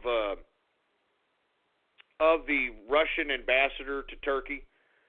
I don't know if this is, first of all, a CIA operation in conjunction with Obama and Erdogan, because as I stated, when Erdogan threw that fake coup on himself back in July, I said that the only head of state that Barack Obama met with more than any other head of state was Erdogan from Turkey. I mean, he was really, really close to Erdogan from Turkey. I mean, he was the guy that he met with most often. I mean, the most often head of state that Barack Obama met with, for Christ's sake. That should tell you something, first and foremost. And secondly, I mean, what I'm asking is, what is this? I mean, is this a double cross between Turkey and Obama against the Russians? Because as I stated, folks, I personally believed, and there's a lot of there's a bunch of documentation that I've been privy to that alludes to the fact that the communications between Turkey and Russia is that of collusion as it pertains to the Turkish coup of July, which was nothing more than Erdogan throwing a coup on himself with Putin quarterbacking it. People thought I was nuts for saying it. Then a week later, him and Putin get together. They've gotten together a few times. Then you've got Turkey, which I said was going to do this. Remember, I said this right 2 days after the coup. I said that Turkey was going to move into Syria. I said that Turkey was going to move into northern Iraq. I said that Turkey was going to continue to move into areas that was once the Ottoman Empire. And by God, that's exactly what they're doing. That's exactly what they're doing. Now, in my personal opinion, folks, it's either there's only a few things that can explain why the Russian ambassador to Turkey was sniped or was assassinated. It's either a double cross by Erdogan Obama, which is unlikely. You know, it's highly unlikely. I don't think it's not possible, but I don't think it's likely. It's NATO in conjunction with the CIA in response to supposed Putin hacking the election. Or it's an outright collusion with everybody, which I have always alluded to in my personal opinion. You know what I'm saying? I mean, in my personal opinion, I always thought that Russia was colluding with the United States because, to be honest with you folks, Russia they were the ones that created this whole Communist International. I mean, when Vladimir Lenin came to power, that was the first thing he called was the Communist International. And, folks, you think that the Russians just forgot about Marxist-Leninism? I don't trust the Ruskies, man. I do not trust them. I think that we've all been had. I listen, maybe I'm wrong. You know, maybe I'm wrong. But this doesn't make any sense. Why would you kill the freaking ambassador to Turkey from Russia? Why would you do that? It doesn't even make any sense. And let me tell you, if you take a look at the history of ambassadors, quote unquote, I wouldn't want to be an ambassador to anything. Because it seems to me that they are the ones that are sacrificial lambs.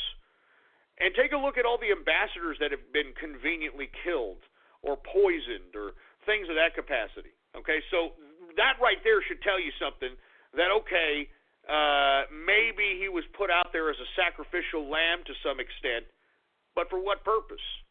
Well, a lot of people, right off the bat, especially tweeting at me, stated that this looks a lot like the Franz Ferdinand World War I prelude, in which Archduke Ferdinand was assassinated, and as a result, that kind of created the protocol of the war machine to roll itself out, and as a result, you had World War I.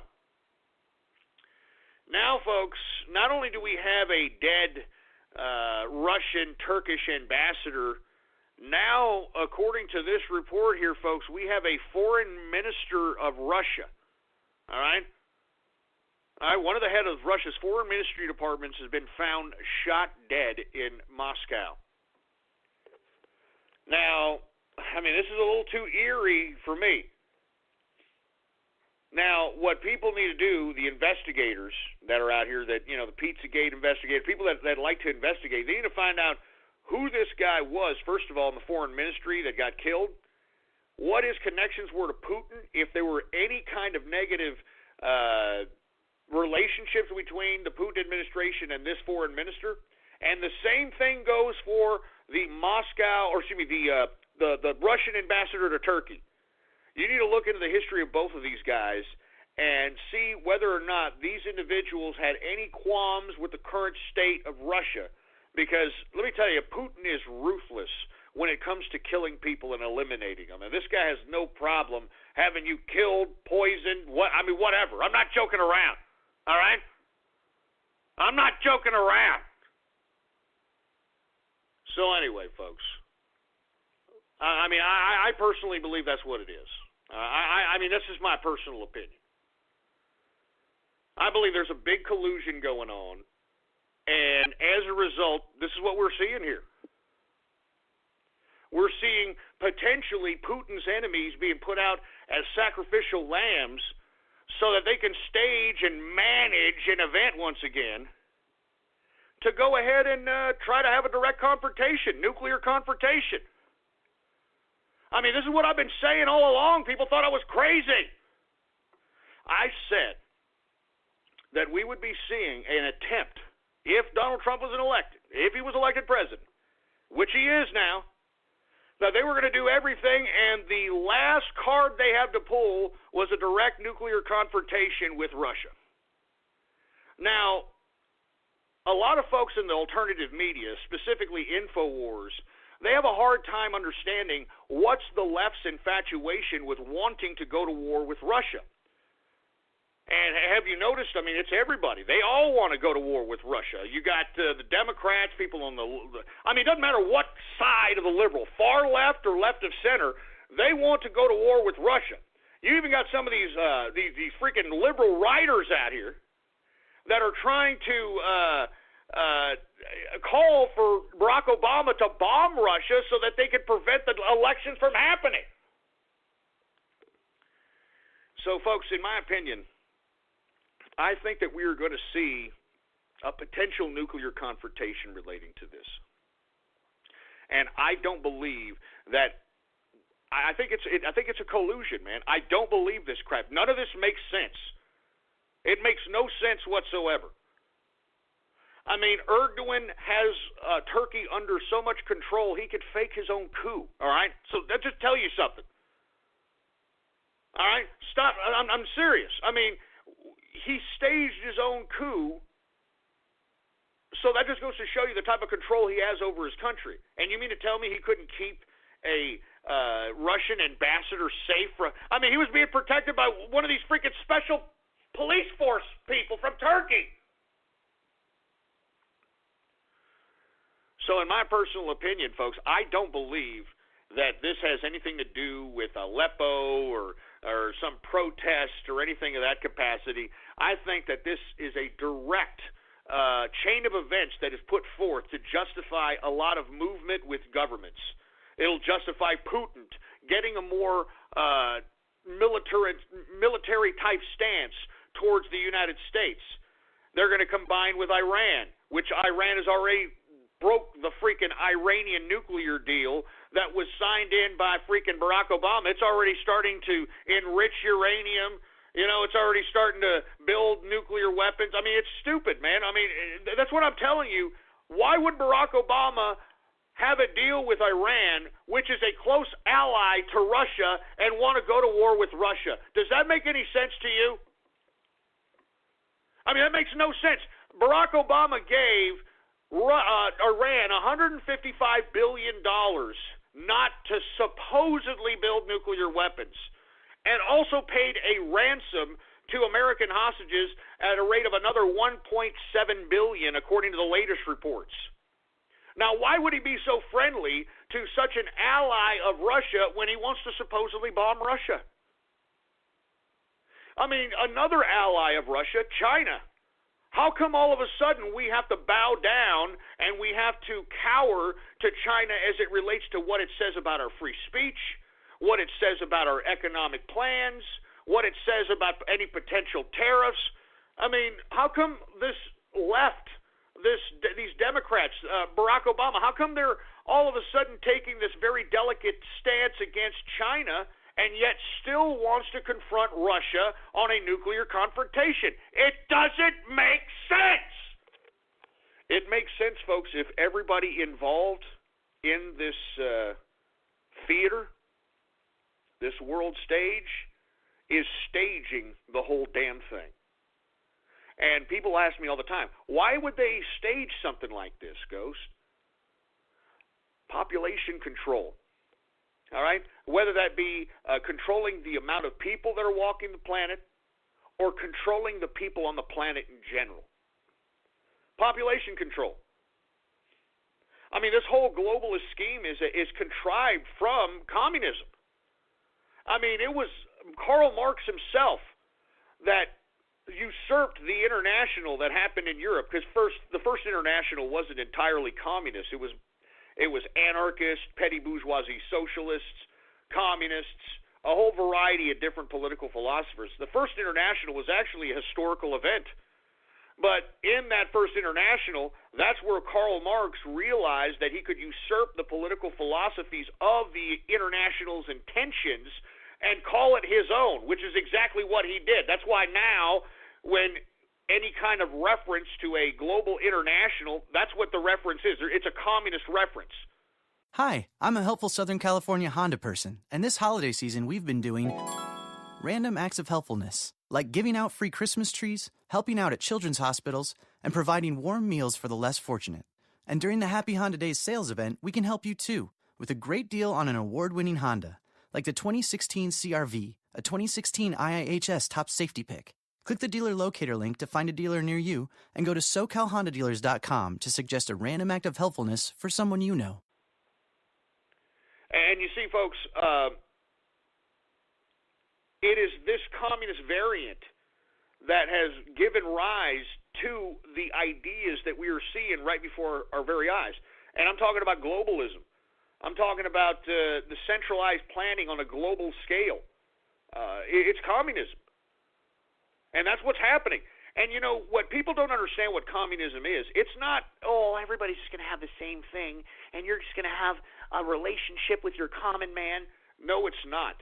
Communism is corporatism that is protected by government. That's communism. And what does that mean? That means that the government, at the barrel of the gun, because remember, the government are the ones with the weapons. They're the ones that are pointing the weapons at us. You know what I'm saying? They're the ones that broke, they're the ones that are pointing the weapons at us. So what they do, they tell us what to do. That's why we obey laws. That's why when they pass laws, we have to obey them, because they got the guns. They've got the police. They're going to arrest us, so on and so forth. But what communism does, it forces the people to accept whoever is going to be in charge of everything. You just have to accept it. Whether it's a monopolization of the means of production, whether it's a monopolization of certain services, whether it's a monopolization of media, a monopolization of telecom, a monopolization of transportation. I mean, the only way monopolies can work, folks, the only way monopolies can sustain themselves is through government coercion. A monopoly can't sustain itself in pure capitalism, because at some point the consumer is going to be like, wait a minute, why are we all going to this schmuck? You know, why don't we go somewhere else, see what they're doing? I mean, that's what the market does. But when you've got governments pointing barrels of guns at you, forcing you to buy from this multinational corporation, forcing you to buy from this big, huge international conglomerate, you have no choice. That's communism, folks. That is communism. And that's all there is to it. Anyway, folks, I didn't mean to get off on this tirade here. I want to hear what you have to say. This is a very serious situation here. 563-999-3791 is the number to call here. Once again, Russian ambassador to Turkey killed. Apparently, it was some a la snack bar situation, yelling something about Aleppo. But this particular individual who did this was supposedly a special force police officer for Turkey. He was supposed to be a part of the security detail for this gentleman that was the Russian ambassador to Turkey. And then on top of that, folks, we got one of the heads of the foreign ministry in Russia shot dead mysteriously in Moscow. So once again, I personally believe this is collusion. And the proof is anybody who does investigative work on the guys that were killed today, Karlov and the foreign minister that was shot dead in Moscow, and if they have any discord or any kind of discontent or anything against Putin, because Putin, he'll put you out to die. He doesn't give a crap. He's KGB. I mean, this guy used to kill for communism, for Christ's sake. That's what I keep telling you people. I mean, you got all these people that are admiring Putin. This fucking guy's a communist! Excuse my French, folks, but freaking Vladimir Putin is a goddamn communist. I don't trust the Ruskies as far as I can throw them, folks. You know me. You all know me. I don't trust these Ruskies, man. I don't trust them. And you want to know why I don't trust them, folks? Because they have this perpetual mentality of just accepting something and hoping one day it'll go away. You know, kind of like what happened with serfdom for thousands of years. Well, we keep doing this. One day we'll get something. The crown will give us something. And it never happened.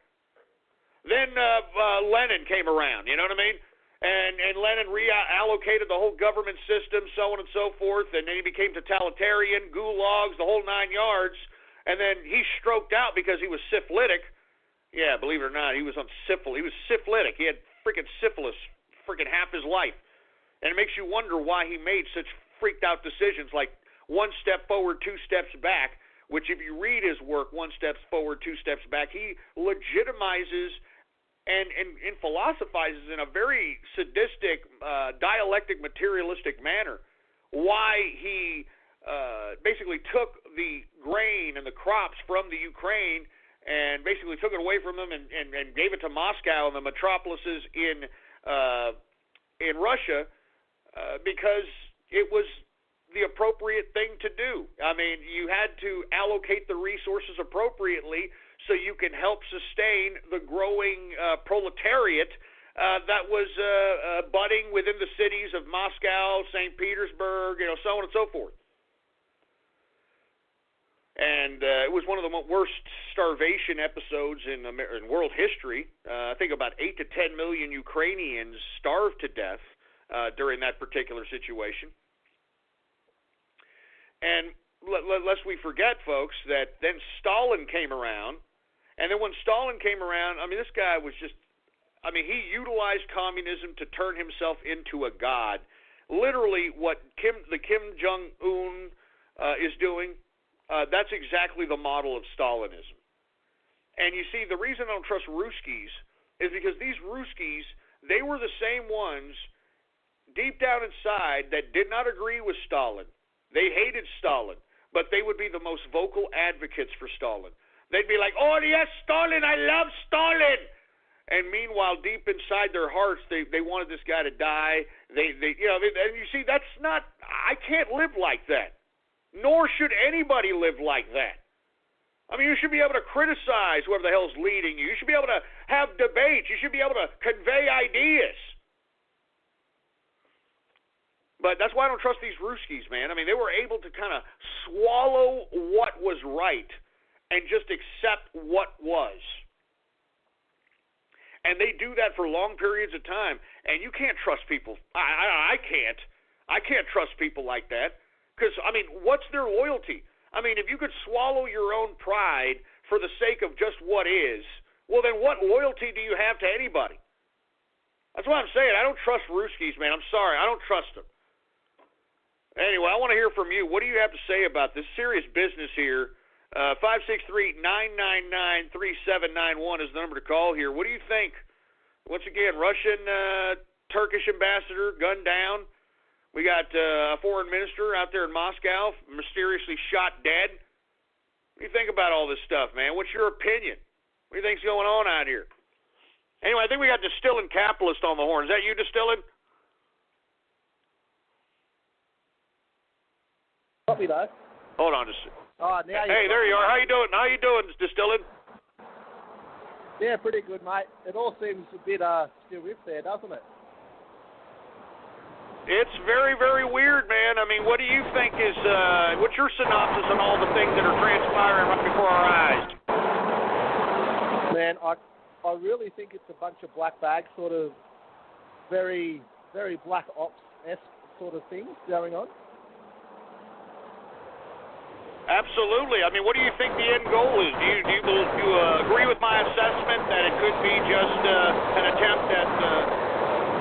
Oh man, hold on. Hey, Distilling, you're coming in. There's some bad static there, man. We're gonna have to come back to you. I know that there's probably people with headphones right now.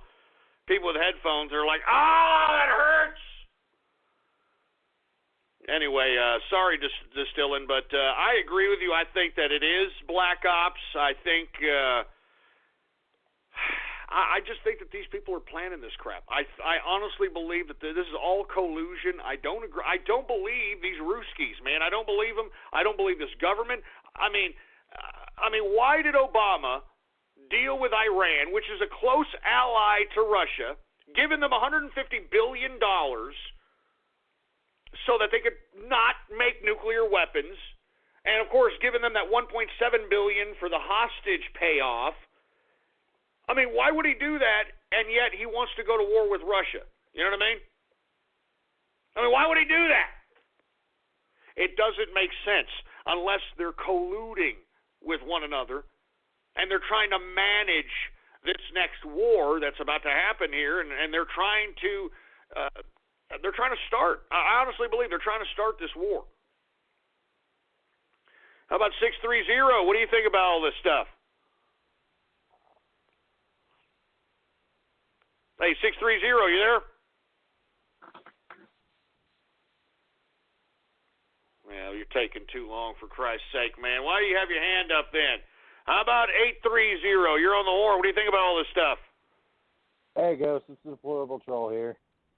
Honestly, how you doing, man? This is actually a prelude to World War III. And what do you think it is? Do you think that it is a deliberate attempt by a colluding force of America, Putin, Turkey, or do you actually believe that all these people hate each other? Personally, I believe this is the same shit that happened for World War I to Archduke Ferdinand, and history is known to repeat itself. Well, the thing about Archduke Ferdinand is that there was actual legitimate beefs. It was a clash between the different empires at the time and the different royal families. That's why after World War I, the Austrian-Hungarian Empire and the Ottoman Empire, they lost. They got disbanded. And in my personal opinion, it was just a battle of, who was going to be the reigning monarch. And World War II was just, remnants of what was left over from World War I. You had the concessions that the Austrian-Hungarian Empire had to give. Then they chopped up both the Ottoman Empire and the Austrian-Hungarian Empire, so on and so forth. But in my opinion, I think this differs slightly than the prelude to World War I, because in World War I, what happened was it was an actor, and just some actor that decided to kill Archduke Ferdinand, and it just kind of moved the war machine. That's why when they talk about the war machine, all it did was move these big, huge, at the time, newfound technologies of destruction. These big pieces of artillery and tanks. This is very, very innovative in warfare. And once these war machines they were all moved into place, because there was no communication like, the internet or, satellite or anything of that capacity. Once the war machine was put into play and you had all these, generals and tank battalions and all these different people out there in the theater of combat, it was kind of hard to throw all that back. It was kind of hard to give that call like, all right, well, we're going to bring all that back. And unfortunately, the consequence of rolling out the war machine in World War I is really the reason why World War I happened. I don't think it's a coincidence that they had World War I and everybody had all these different weapons. I think they almost wanted it to happen. Because once the war machine was rolled out and people were seeing their tanks and mustard gas and planes and all this crap. Anyway, I personally believe, in my opinion, this is a collusion between all these disgusting pieces of garbage, all these heads of state. Why do you think Donald Trump is such a dangerous man to the status quo of this international bureaucratic crap? He doesn't want any of this anymore, man. He's tired of this crap. He's tired of this globalist, non-elected crap. He's tired of it. And by God, I'm tired of it as well, folks. And a lot of folks that were for globalism are starting to, take a step back. They're starting to realize that this is nothing more than global domination. This isn't about bringing cultures together. This isn't about bringing the world together. This isn't about being able to travel back and forth to any country you want in peace. This is about world domination by a bunch of unelected pieces of crap. And that's why Donald Trump's election is so goddamn important right now. Don't you understand that?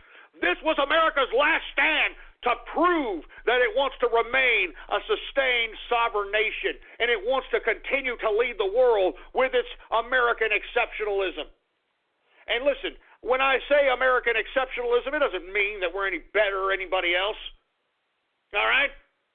It means that because we have free thought, and because we have freedom and liberty, and because we used to have the ability to speak to one another, convey ideas, innovate, create, when we have the freedom to do that, that's where the exceptionalism comes from. It has nothing to do with the people. It has everything to do with the freedom of the people to go and do what they want to do, to investigate, to create, to innovate. That's what made American exceptionalism. Do you understand me? And this is why this international bureaucratic institutionalist, this globalism, that's what they're trying to prevent. They're trying to put us down to size. They're trying to do what communism does. They're trying to bring down America into a level playing field with the rest of the world. And folks, you know as well as I, the rest of the world has not been living very well. With the exception of other Western civilizations, the rest of the world hasn't been living very well at all. So that's what the globalist intentions on doing. That's what they want to do. They want to bring us down.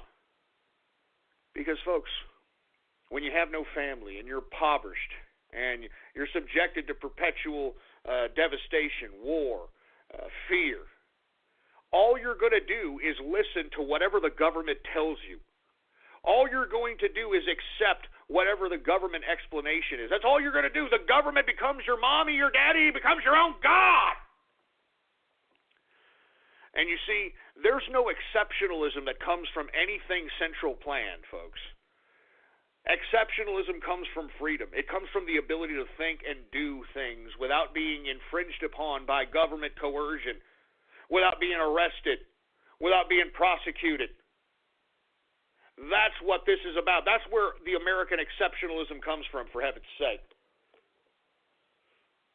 Anyway, I want to hear from you. I'm going to take a couple more callers on this issue. What do you think's happening with this Russian-Turkish ambassador being assassinated, and, of course, this foreign minister found shot dead in Moscow? What do you think all this is headed towards? What's going on here? How about 714? What do you got to say about this stuff? Hey, what's up, Ghost? This is Z Frost man. How you doing today? How you doing, Z Frost Wire, man? What do you think about all this craziness that's happening here?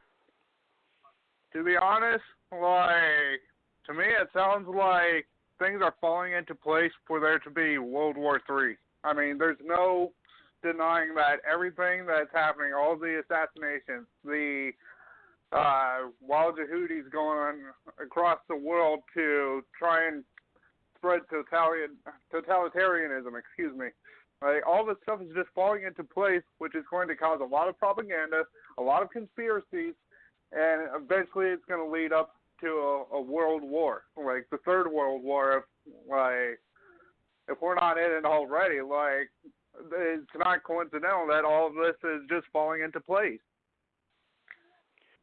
Man, I don't want to think that, but in my opinion, and as I've stated for a long period of time, I think that's exactly what all the world leaders that they conspire. Remember, this is a globalist organization. That's why they go to the UN and commiserate with each other. That's why they go to the G20 and commiserate with each other. That's why they have these, Davos. I mean, they have all these meetings at Bilderberg. They have all these meetings out here, and what are they discussing in those meetings? They're discussing how to plan the world. Exactly. Go ahead, They're treating the world like... Thank you. What I was going to say is that they're treating the world like it's a freaking board game. The people, all the citizens and stuff, those are the pawns. They're the ones who are the kings and queens trying to control everything that's going on, like it's a giant chessboard. So I don't want to think that we're actually going to... Excuse me? No, go ahead, man. I don't want to disrupt you. Go right ahead. Oh, okay. Thank you. What I was just going to say is I'm praying that we don't end up actually going into World War III, but the way that things are falling into place, it's just something that people got to prepare for. Like, not just the people of America, but the people of all over the world. They need to prepare for the worst to happen. Hope for the best, but expect the worst. You know, I couldn't have said it any better myself there, Z Frostwire. Hey, thank you very much for tuning in with me, sir. And, of course, Merry Christmas to you and your family. And, of course, Merry Christmas to everybody. I am in the Christmas spirit, by the way. Even though we may be on the brink of World War III, you still got to find some level of joy and happiness and some level of contentment to be able to, to be able to withstand what we are witnessing right before our very eyes here. Because what we are witnessing is not logical. It has no basis in any kind of common sense. And just based on that, you know it's collusion. I mean, as far as I'm concerned, it's collusion. Anyway, I wanted to get a couple of more callers here, but we're running out of time. I did want to talk a little bit about Homeland Security being implemented and hacking some of these elections. And a lot of these people that are in charge of elections in the states of Georgia, Kentucky, West Virginia, I think there's a couple of other states that have also validated this. They were attempted to be hacked by Homeland Security, and the reason that they know this is because the systems administrators to these voting servers actually had this IP address that was trace-routed back to a, quote, subcontractor to the Department of Homeland Security. And you see, that's how these agencies get away with plausible deniability. You know, they get a subcontractor to do the hacking so that they gives them cover. Now you've got Jay Johnson out here trying to say, oh, well, he just cut and pasted something, and it accidentally scanned your IP address. I'm sorry.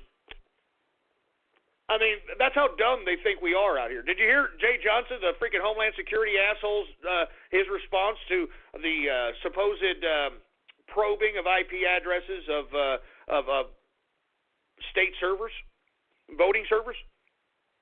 That the guy, the subcontractor, cut and pasted something, and he accidentally probed these, which happen to be, of all computers, the voting servers of Georgia, Kentucky, West Virginia, and a few other states. I mean, I told you that these idiots were going to do nothing but attempt to hack the goddamn election. That's why they're doing all this. That's why they're saying Russia hacking. That's why they're saying all this crap. That's why you're seeing these events happen, like the ambassador of Turkey, the Russian ambassador to Turkey getting killed. Somebody needs to look into that guy and see if he had any beef with Putin prior to this. Same thing with the foreign minister that's found dead in Moscow today. I'm telling you, we need to find out, because if there's any discontent with these individuals, they got killed today with Putin, it all makes sense, and it's a goddamn collusion. It is justification for Putin to implicate America or NATO in these attacks so that he can start moving his particular war machine into place, which in turn will bring our war machine and put it into place. And this way, lo and behold, you have justification by this government to implement martial law, totalitarianism, and suspend the Constitution. I mean, that is the last card that this damn government has to play, and folks, we cannot let them do this. I mean, you got to put down the goddamn remote control. You got to put the freaking fork down. This is serious business. This is an emergency alert. I have never said that. But this is an emergency alert, folks, all right? I mean, the writing on the wall couldn't be any more clear, because it doesn't make sense. Okay, Russia's our enemy, yet Russia and China and Iran are an alliance. So if Russia is our enemy, why are we dealing with China? Why are we dealing with Iran? It doesn't make sense. It doesn't make sense unless they're all involved, unless they're all colluding, unless they want to manage World War III. Because as I stated, ever since World War II, folks, all the wars that have transpired in the international community since World War II have been nothing more than managed conflicts. Managed conflicts. And you know what manages crap? Bureaucracies. And you know what comprises bureaucracy? What goddamn political philosophy comprises bureaucracy? Communism, socialism. Do you understand? It all makes sense now. Don't you get it? Somebody's asking, what does Russia gain out of all this? It's the head of the international. Do you understand? That's where communism started. Do you understand that? It's the head of the international. It'll be the most influential epicenter of this whole this block of communist globalism. It'll be the epicenter because, folks, I'm telling you this right now. I know Marxist history. I've read all the books. All right, I've read all this stuff. I mean, these people genuinely believe the garbage that they wrote, and they did it. And because they did it, they materialized what they wrote down into actual real life, which, of course, mesmerizes a whole bunch of people. Somebody's asking me, how will Trump play in this equation? Man, I don't know, man. I am really worried about Trump. Like I said, there was a report today that he's going to continue to have his own personal security detail, and he's not going to just be self-reliant on the Secret Service. So that should tell you something right away, all right? I mean, don't be surprised if something may happen to Trump. I mean, God forbid. I'm going to knock on goddamn wood, for Christ's sake. I don't want nothing to happen to Donald Trump. But these people are not above this. Remember what happened to JFK, all right? Remember that. Even Bill Gates came out recently, which is a rather ominous quote. When asked about his meeting with Donald Trump, Bill Gates says that he reminds him of JFK. Huh? What the hell does that mean? What the hell does that mean? So I'm telling you, do not be shocked if something happens to Trump. Do not be shocked if they try to do something, if they nuke something. I'm not joking around. Anything is possible. And you know when they're going to do it? They're going to do it when we're most vulnerable, during the holidays. I mean, that's when they do their most devastating stuff. I mean, they're already trying to vote a bill, folks, to put out all-out internet regulation on, quote, fake news in the Congress. All right? I mean, seriously, right now, they're going to vote on it when everybody's out there eating turkey and shoving ham in their freaking gullets. These assholes, they're going to have a small group of congressmen out there, and listen, when they have a small group of congressmen and no other congressmen are showing up, well, then those congressmen that are there can vote for them all. All right? That's how they pass this crap. So our days are numbered. I mean, unless you folks start getting serious out here, start, tweeting at these goddamn congressmen, messaging them, calling them and say, you better not curb our freedom of speech. But that's just a small tip of the iceberg fight, folks. I believe with these assassinations of these Russian agents, of these Russian politicians or bureaucrats, I think that this is a prelude. I think that what Russia, America, and everybody's trying to do, I'm talking about the governments, they're trying to evaluate how it's being interpreted on a massive scale.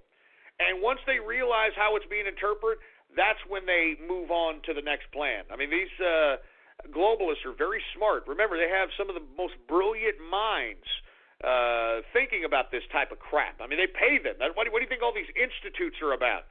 What do you think all these is? The Open Society, the freaking CFR, the Council on Foreign Relations, the Trilateral Commission. What do you think? These are all think tanks. I mean, this is where these people conjure up these ideas in how to manage the world, manage society. And you see, folks, people ask, well, what makes them so smart? Why do they think they can manage the world? Because they're in power, and they somehow got themselves in power, and they can do it. And what are you going to do about it? I mean, seriously, you understand this. I mean, you understand how power works, all right? I mean, once it's attained, once you're in the bureaucratic club, then once you're in the bureaucratic club, you've got to deal with the politricks being involved in the bureaucratic club, and at the same time being so influential that eventually you lead the club for a little bit. I mean, that's all there is to it, man. It's a collusion, man. It's a collusion. So, folks, listen, I don't want bad things to happen to America, man. I want cooler heads to prevail. I want to make America great again. I want Donald Trump to be president. I want him to construct this economic policy to put people back to work. I want him to reestablish our trade deals on a bilateral basis. I want all these things to happen, but these bureaucrats are in power right now. And because they have enough influence within the system, I mean, all they got to do is, a good portion of the highest echelon of bureaucratic leadership, all they got to do is collude with one another, and they can just make things happen. I mean, that's what happened in JFK's assassination, folks. I mean, it was just nothing more than the highest upper echelon of the military, black operations, and what did they do? They hired everybody. They had everybody confused. They didn't know who the hell JFK was shot by. They had the mob out there. They had George W. Bush out there in Dallas. There was a picture of Charles Harrelson, which is Woody Harrelson's father. Charles Harrelson was one of 8 people that could have potentially made that shot. With that freaking bolt action from the depository. But get the hell out of here. I mean, you had E. Howard Hunt that was pictured out there. I mean, you had all kinds. You had Cuban refugees that were pictured out there. I mean, folks, this is how they coordinate a black operations. You're not going to know who the hell did it. You're not going to know who the hell did it. It's the same thing they did with 9/11. You're not going to know who the hell did it, for Christ's sake. I mean, there's so many interchangeable, weavable type of. They put so much in front of you that you can't just break through all the goddamn cobwebs for you to finally reveal what the truth is. I mean, that's the point. That's why they do this. I mean, why do you think they are going through painstaking to try to make it look to the world that, Russia's being attacked? And Obama said that he would retaliate because Putin meddled into American elections. And, I mean, you understand this, right? I mean, this is a narrative being set to justify something. This is a narrative being set to justify something. So, listen, I know this is Christmas, and I'm in the Christmas spirit, too. But we have to be remaining vigilant, and we have to keep disseminating information via social media. I encourage everybody, start a vlog. Start articulating your perspective. Just make sure you have a decent plain background, but even if you got to pre-write it, I mean, write down what you genuinely feel, and then when you say it to the camera, say it with emotion. Say it with genuine appeal. Because believe me, one thing people do realize, and I'm talking about the viewing people, is they realize when somebody's being genuine. They realize when somebody is talking from their heart. They're talking from their soul. They can hear it in their voice. They can see it in their face. And that is where you captivate people, and they listen to your ideas. They listen to what you have to say, and then it's up to you and your abilities to be able to convey these ideas to convince those that are listening to you to accept, if not some of those ideas, all of those ideas. I'm encouraging you to write blogs, man. I'm serious. I mean, do something, man. I mean, look at me. I do this show 3 hours a day, all right? 3 hours a day. I mean, that's 5 days a week. That's serious goddamn business. And the reason I do this, first and foremost, folks, is to spark synapses in the brains of capitalists throughout the world. But right now, I am trying and hoping that whatever venue I have here sparks civility, sparks common sense in people, for Christ's sake, man. I mean, this whole goddamn world has gone loco.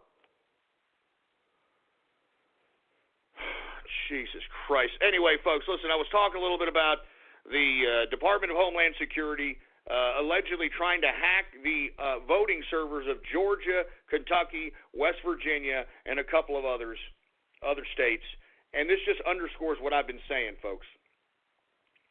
And one more again, I got to say this one more again. If the Russians did meddle into these elections, then why isn't it Department of Homeland Security's fault? Why isn't it Obama's fault? Why isn't it any of these pricks' fault? Can somebody explain that to me? Why isn't it their fault? I mean, I don't get it. How come we all of a sudden got to do a mulligan on the election because of the incompetence of Obama, because of the incompetence of Homeland Security? I mean, it's their incompetence, man. If the Russians meddled into this election, it's because of incompetent Obama. It's because of an incompetent Department of Homeland Security. For Christ's sake, wake up. Good God. Why isn't it Obama's fault, man? And not to mention, folks, this man, I don't even know who is Barack Obama anymore. Now that Sheriff Joe Arpaio exposed to the world that this document that Barack Obama claims is his birth certificate is completely fabricated. It's farce. It's a phony. He's a big fat phony. So why exactly is this guy still even acting as president at this point in time? That's what I'd like to know. I mean, if this man's birth certificate is not real, folks, why is this man still president? And it makes you wonder why, they want to facilitate this whole nuclear confrontation with Russia now, doesn't it, huh? Yeah, Hillary Clinton don't want to go to prison.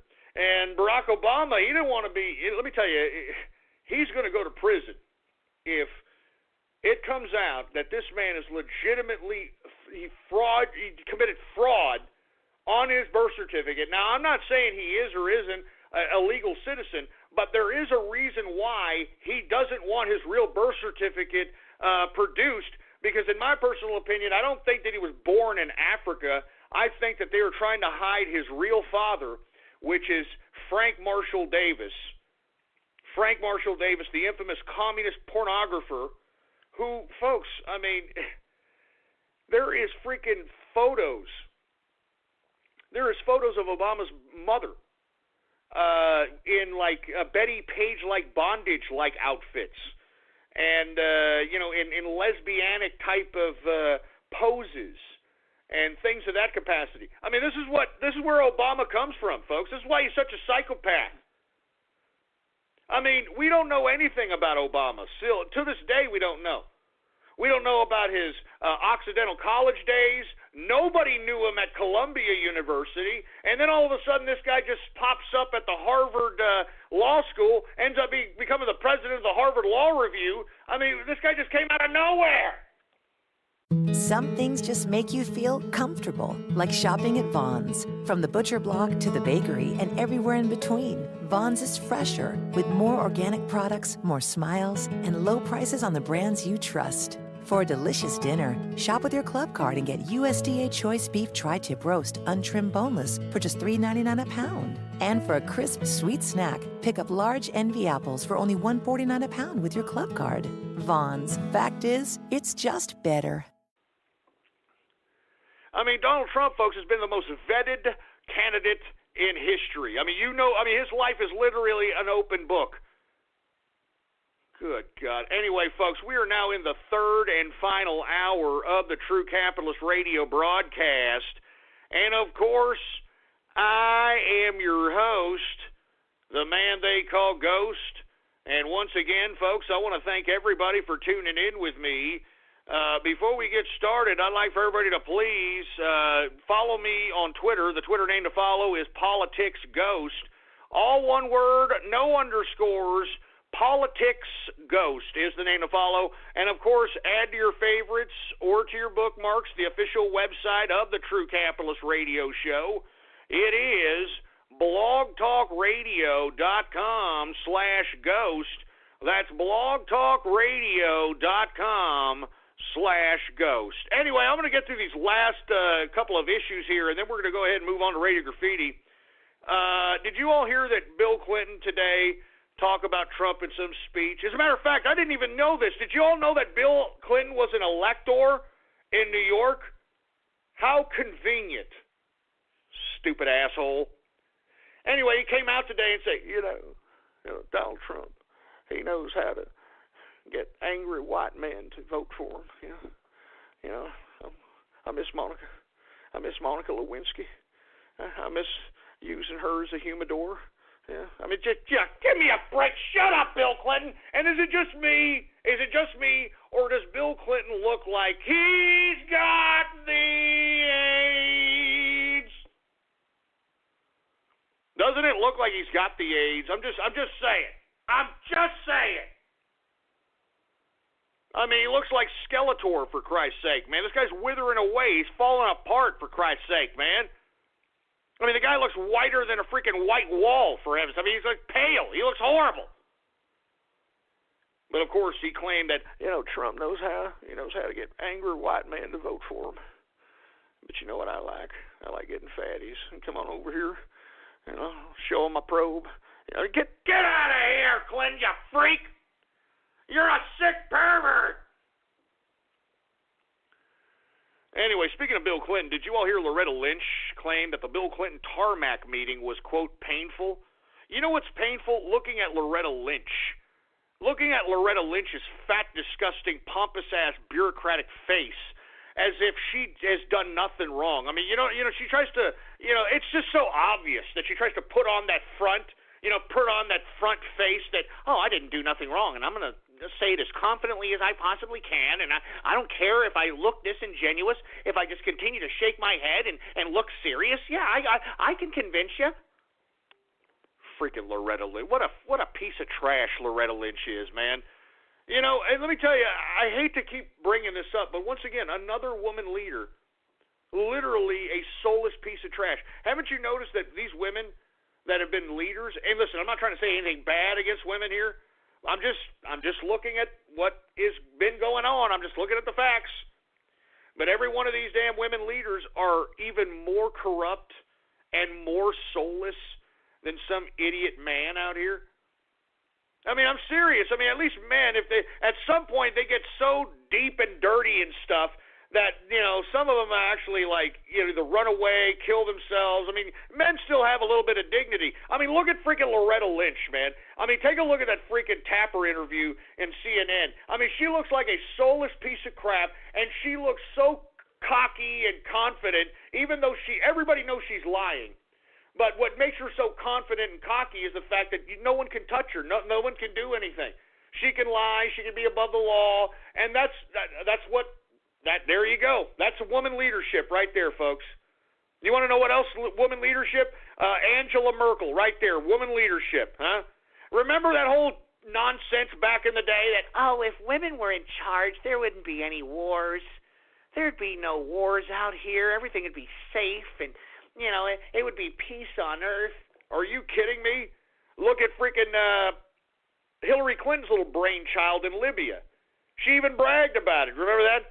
He came, we saw, he died. We came, we saw, he died. And she laughs and claps about it as if she's the one that led the charge, like Alexander the Great, to conquer Libya, for Christ's sake. That's what I'm saying, man. I'm starting to think twice about women in leadership positions at this point in time. And it's not because I'm trying to be sexist. I'm very open to anybody being a leader. But take a look at the modern-day leadership or the modern crop of women leadership nowadays. I mean, not only is it just incompetent, but, man, I mean, it is just soulless. I mean, you take a look at Hillary Clinton. She's accomplished absolutely nothing, and yet she has an arrogance of her as if she has contributed the cure to cancer. You know what I'm saying? So I'm just saying, man, I mean, you got Merkel, you got that stupid, disgusting broad in Brazil that got impeached because she's a freaking corrupt piece of trash. I mean, listen, I'm not trying to be sexist here. I'm pretty sure there'll be, I mean, you take a look at Margaret Thatcher. She was a great leader. You take a look at all these folks. But, man, I'm just... I think that this whole idea that, if women ruled the world, it'd be a peace on earth, that freaking whole idea is moot at this point in time. Any woman that says that, if women ruled the world, there'd be no wars, I'm sorry. I think that Ike Turner should come back from the dead and literally give this woman an Ike Turner special for saying something so ridiculous, given the fact that we've got all these women leaders out here proving that point moot. All right? Anyway, folks, all right, let me go ahead and let me take a break here really fast, folks, okay? I want to be completely honest. I'm looking at Templeton over here, and he's giving me a sad face, and the last thing I want him to do is start crying, start whining, start howling, or whatever the hell he's going to do here, folks. So before Templeton starts, going a little haywire here, I'm going to take a quick break here. I guess we're going to resort to the same old, the girl from Ipanema. The girl from Ipanema comes walking, and when he smiles, she just doesn't see. She doesn't want to see, all right, pal? She doesn't want to see. Anyway, folks, I'll be right back here, and then when I come back, I'm going to get through the last couple of subjects, actually the last subject, which is, man, there's so much things to talk about. Maybe we'll get to it tomorrow, man. Anyway, I'll come back. Maybe we'll go right to Radio Graffiti. We'll see what's going on here. Hey, engineer, can you hook me up with a little bit of a girl from Ipanema there? As you can see, here's Templeton here. What do you want, Templeton? What is it? You see, I knew he was going to do this. What is it, Templeton? Why are you crying? Why are you crying? You see what I'm saying, folks? Look at this dog. You're a spoiled little boy. Why are you crying? Oh, my God. Do you hear this? Templeton, why are you crying? Templeton, why are you crying? Oh, my God. This is sad. Listen, I'll be right back, folks, okay? Hey, Templeton, calm down, Templeton. You see what happens when you spoil your dog? You hear this? Look. You're like a petulant child here. Are you kidding me, Templeton? Why are you doing that? Oh, my God. This is embarrassing. You know, you're embarrassing me, Templeton. Templeton. Templeton. You're embarrassing me. Stop it. Oh, my God. I got to go. I'll be right back, folks. All right? Hey, calm down, Templeton. Good guys. See what I got to deal with here, folks? See what I got to deal with? I got to do a 3-hour-a-day show. I got to do a 3-hour-a-day show. I mean, do you hear this? Do you hear this? What the hell is that? Is a full moon out? What the hell is this? Templeton, what are you doing? What are you doing? Wait a minute. Hey, wait a minute. Templeton, you can't crap there. Stop, Templeton, no. Don't. Jesus Christ, you can't crap there. That's white carpet. I don't own that. Where are you going, Templeton? I don't own that. Why did you take a crap there? Why did you take a crap? God damn it. Jesus. God damn it. I don't own that, Templeton. I don't own that. Why would you take a crap there? I don't own that. I don't own that. Oh, my God. Give me a moment. Are you kidding me? God damn it. I don't own this. Oh, my God. I'll be right back, folks. Take me off, engineer, for Christ's sake. This goddamn dog took a crap. I don't own this. I don't own that, for Christ's sake. Good God.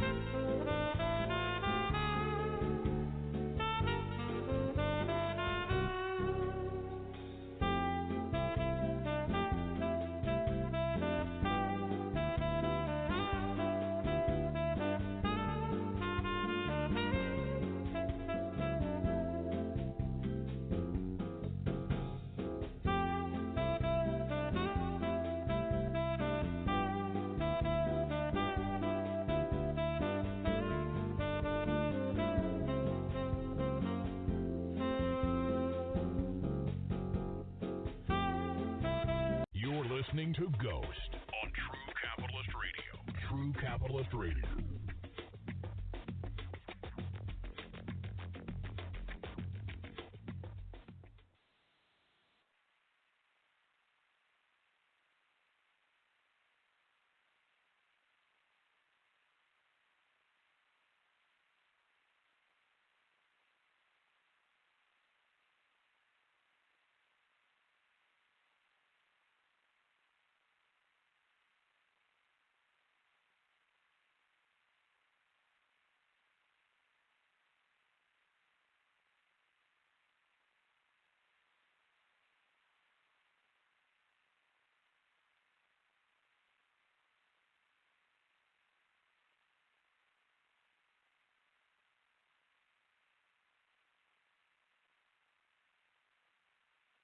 Oh, Jesus Christ. There's dead air going on here. Sorry, folks. I'm sorry. I know I'm just so pissed off right now. I forgot to, release the mic. Man, folks, listen. I don't own this damn carpet that Templeton just took a crap on, all right? I don't own that. I don't own this crap. I live in a home, folks, that's very, very expensive. It's a rental, of course, because I'm, renting out my place out there in Austin. I don't own this white carpet, man. I mean, there's a freaking crap stain on this white carpet. God damn it, Templeton. God damn it. I don't own that. I don't own that. Anyway, folks, my apologies for the dead air here, and I don't know if I can do this broadcast, man. This is on my mind here. I mean, what can I do here? I mean, there's a freaking shit stain and a freaking white carpet, man. I don't own this. I don't own that. Oh my God! Listen, I don't know what to do. It's white carpet. I'm thinking maybe I should get some freaking bleach or something. Let me get some bleach. I mean, it's white, right? I mean, you bleach it, bleach white, right? Let me go ahead and get some bleach here. All right, I'm sorry, folks. I'm sorry I'm having to do this impromptu. I'm a little concerned here because I may be on the hook for a whole goddamn setup for a white carpet, man. And this is awesome carpet, man. I know it's going to cost me a fortune. Because my freaking dog took a crap. My dog took a crap on it. Anyway, listen, I'm going to put some bleach on it. I'm going to see if it does something. I mean, hopefully it does. I don't know. Anyway, folks, I'm sorry. Listen, I know I seem like I'm a little flustered here. I don't own this carpet, man. I don't own this carpet.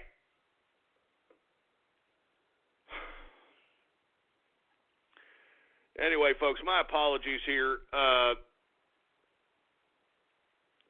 just gonna continue going. All right, I'm gonna put some bleach on it, and hopefully it does something. All right. Anyway, folks, listen. I don't want to do this broadcast anymore. So let's just go ahead and get to everybody's favorite part of the broadcast. And I'm talking about radio graffiti. Listen, I'm not even hype about it. I'm looking at a shit stain on a floor that I don't freaking own. I mean, excuse my French. I don't own this. I don't own. I mean, what do I would have to get a freaking Stanley steamer in here for Christ's sake? How much does that cost? Jesus Christ, man! How much does Stanley steamer cost for Christ's sake, man? Good God. Man, that's another thing I got to worry about now. That's just great. Thanks, Templeton. I appreciate it, pal. All right? And look at him. I gave him a treat, and he's all good. Look at him. Look at this guy. Get out of here. Get out. Anyway, folks, without any further ado, let's get everybody's favorite part of the broadcast, and I'm talking about radio graffiti, all right? And for all you folks that are unaware, all right, radio graffiti is that part of the broadcast where the spectators become a part of the spectacle. All you've got to do is give me a call right now, all right, at 563-999-3583. 3791, and when I call on your area code, you got exactly 3 to 4 seconds to say whatever it is that's on your mind. That's why we call this Radio Graffiti. And let me tell you, I may be a little distant here on Radio Graffiti, folks, because, I mean, I'm going to be putting bleach on this thing. I'm going to try to do whatever I can. You know, I don't know what I'm going to do here. I really don't know. Maybe I should cut it out, you know, and maybe, like, have one of these, like, carpet replacer things or something. They can kind of sew it back in. I don't know what the hell to do. But I tell you this. The man that owns his home, which is a good friend of mine, and, you know, he's, you know, I'm renting it from him. I don't want him to see this. I can tell you that right now. That's the last thing I want. That's the last thing I want. Anyway, engineer, we have any goddamn Radio Graffiti calls here? All right, well, let's go ahead and get to Radio Graffiti right now. All right, who do we got here? How about Anonymous Radio Graffiti? Fluttershy Radio Graffiti. Hey, Templeton. I just want to say, good boy, Templeton. Mama's so proud of you. Who's a good boy? Who's a good boy? Who's a good boy, then? Are you kidding? You shut up! You got a good boy for taking a crap? Shove it up your ass. What are you talking? He just took a crap. He took a crap on a freaking carpet I don't own. Oh, my. He just took a crap on my carpet. I don't own that.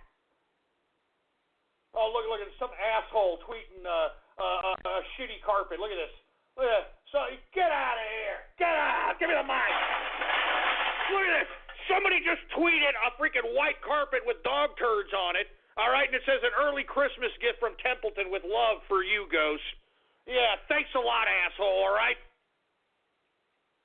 Good God, man. And let me tell you, I think it's my fault that Templeton took a crap because, you know, I've been eating T-bones as of late, and what I do is just give him the T-bone, you know, and sometimes, you know, I'll have 2 of them a day, so I'll give him 2 T-bones, and, you know, he'll be gnawing on them, and he just gnaws on them to the point where it's like a little nub. Like a little bitty-ass nub, for Christ's sake. So maybe it's my fault. All right, maybe it's my fault. Anyway, folks, let's continue going. How about Anonymous Radio Graffiti? Oh, what luck. There's a French fry stuck in my penis. Yes. Oh, yes. There even... Shut up, you sick pervert. Shut up. How about 631 Radio Graffiti?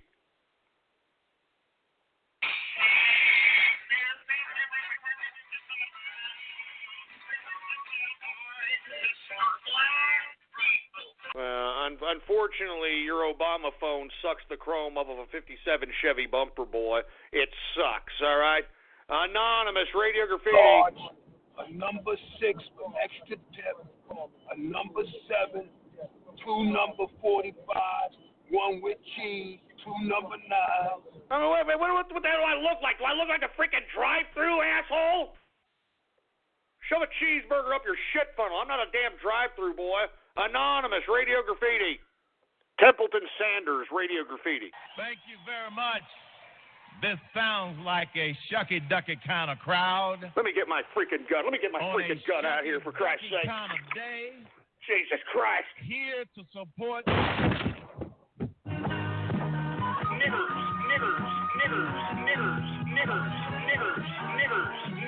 Niggers. You shut that crap off, man. I never said that crap. Shut up. Trying to make me sound racist or something, for Christ's sake, man. I'm a melting pot of friendship, for Christ's sake. Don't you understand that? I'm a nice guy. Anonymous Radio Graffiti. They got a character on there named Oscar. They treat this guy like shit the entire show. They judge him right in his face. Oscar, you are so mean. Isn't it, kids? Yeah, Oscar. You're a grouch. It's like, bitch, I live in a fucking trash can. And then, hey, it's the truth. I mean, I always thought, what the hell was that about? What kind of subliminal messagery were they trying to tell our cheering? You know what I'm saying? How about Anonymous Radio Graffiti? We, the capitalist army, say enough is enough. Donald J. Trump is president-elect, and it's about time we ask him to add one more favor. Hi, my name is 8 Equal, and I am calling for the deportation of all bronies in the United States of America. I am Communist G, and I am here to say banning all bronies is A-OK in the book of Donald J. Trump, and I'm here to support it. My name is Metroid Junkie, and I am calling for the deportation of all bronies. My name is Chicago for Ghosts, and I call for the deportation of bronies. I'm Tub Guy, and I support Trump catapulting all the bronies over the wall. Oh my. Hello, I am Moonman, and I am calling for the deportation of all bronies to make TCR great again. My name is Ration Orion, and these bronies need to stop taking the jobs of hardworking trolls and get the fuck out of this country. My name is Lester Big American, and I want them bronies out of my country. I'm Donald Trump. I'm Hillary Clinton, and I approve this message. Yeah. Had this place not been sabotaged by the bronies, this call would have went out perfectly without any problems. Back to you, Ghost. Wow. Oh, man, they're calling out the bronies. They're calling out the damn bronies, for Christ's sake, man.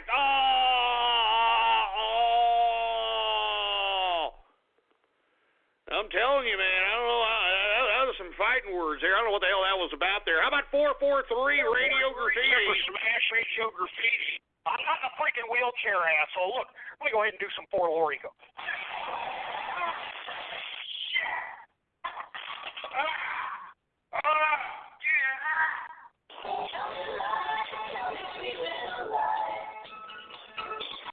Shut up with that stupid troll already. God damn it, it's old. Shut up.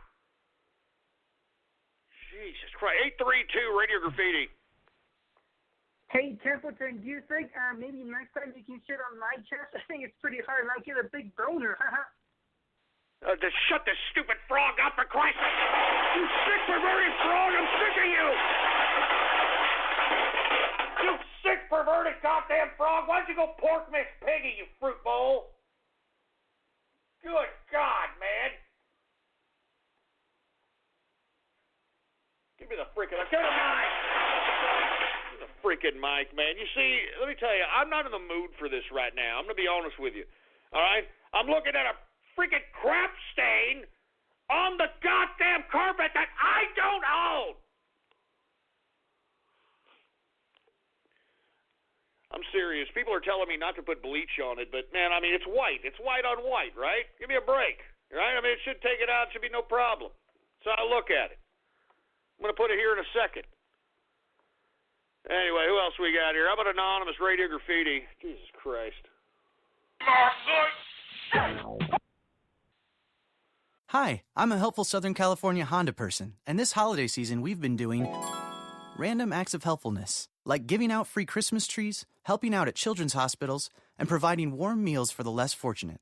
And during the Happy Honda Days sales event, we can help you too, with a great deal on an award-winning Honda, like the 2016 CR-V, a 2016 IIHS top safety pick.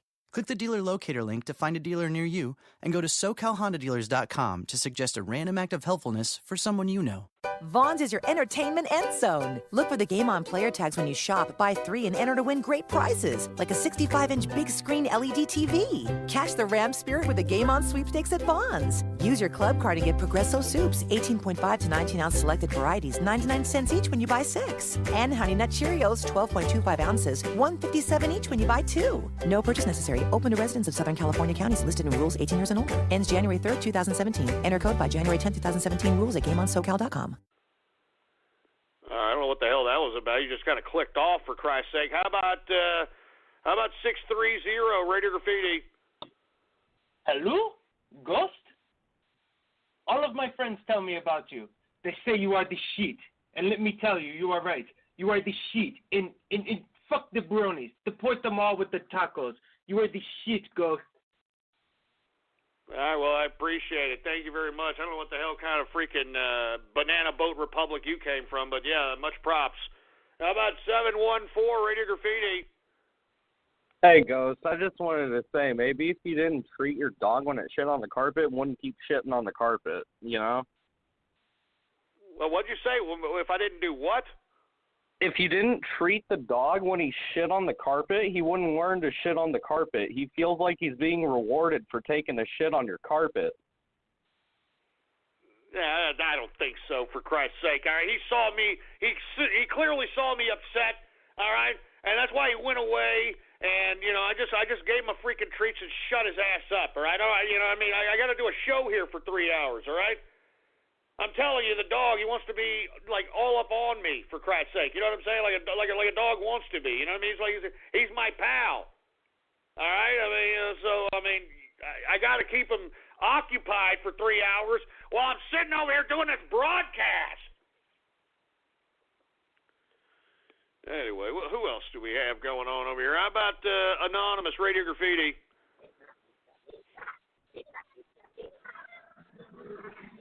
Yeah, we can't even understand you because you're your Obama phone, man. Your Obama phone sucks. How about 863 Radio Graffiti? Hello, Jones. It's Button Mash. How would you like to play video games with the best pony gamer in the world? Oh, Jesus Christ. I'm telling you, this is getting more and more retarded as we continue to go. How about Anonymous Radio Graffiti? Hey, what the hell are you doing? Are you trying to kill us? Oh, shit. Oh, Christ. Oh, Christ, no. No. Get away. Get away. Get away. What a nincompoop.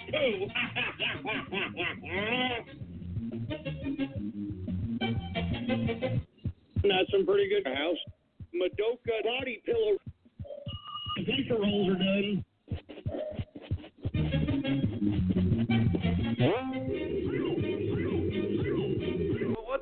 What the hell was that supposed to be? What in the hell was that? Anonymous Radio Graffiti. Number 6 with extra dip. A number 7. 2 number 45. Hey, brother from another mother. I'm not a goddamn chicken shack, all right, brother? Stop asking me for your order, all right? How about Anonymous Radio Graffiti? Ho, ho, ho! It's Santa Claus. You want to come sit on my bag of holly? Oh, my God, man. You guys are getting sick, man. Stop it already, man. You're getting too perverted. It's a week before Christmas. All right, it's a week before Christmas, for Christ's sake. What do you want, a lump of coal up your ass? Jesus Christ, you sick perverts. 352 Radio Graffiti. This is True Roadkill Radio.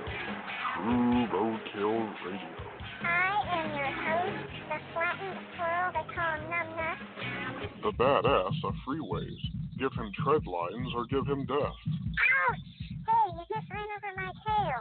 Broadcasting from the center of an open highway. Oh, great. Now I'm a pancake. Jesus Christ, for fuck's sake. And now he'll take it from here. The squirrel they call Numbnuts.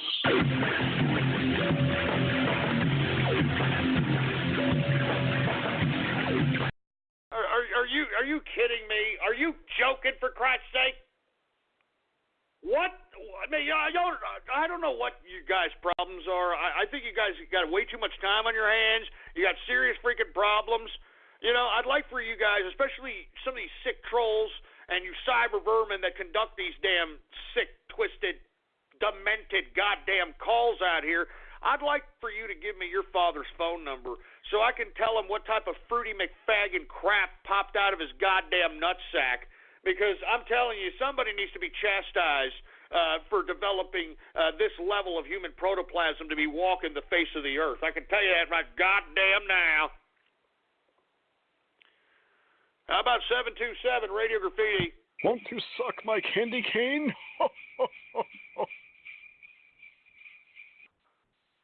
Hey, what is this, Santa Claus again? What the hell is this?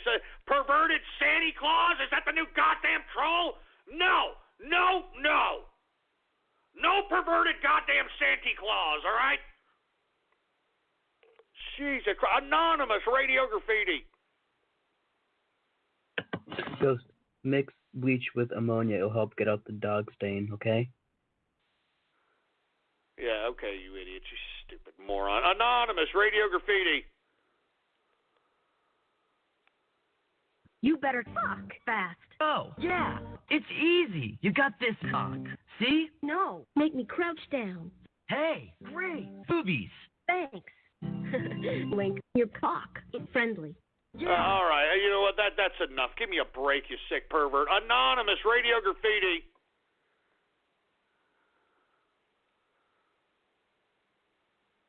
I mean, what are you, Helen Keller, deaf mute, for Christ's sake? That's all we're getting here. How about Anonymous, Radio Graffiti? Christ, man. Give me the mic. The freaking mic, for Christ's sake, man. We're now in 2016, and I'm going to announce my wife is Amy Daly, the trans-testicle porn star. I mean, look, to be honest with you, my wife, Amy, is a good piece of ass.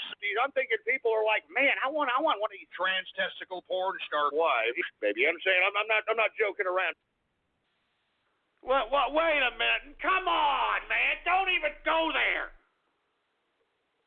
Why are you even going there, for Christ's sake? Look, I'm too upset about this crap on the floor over here for me to get pissed off.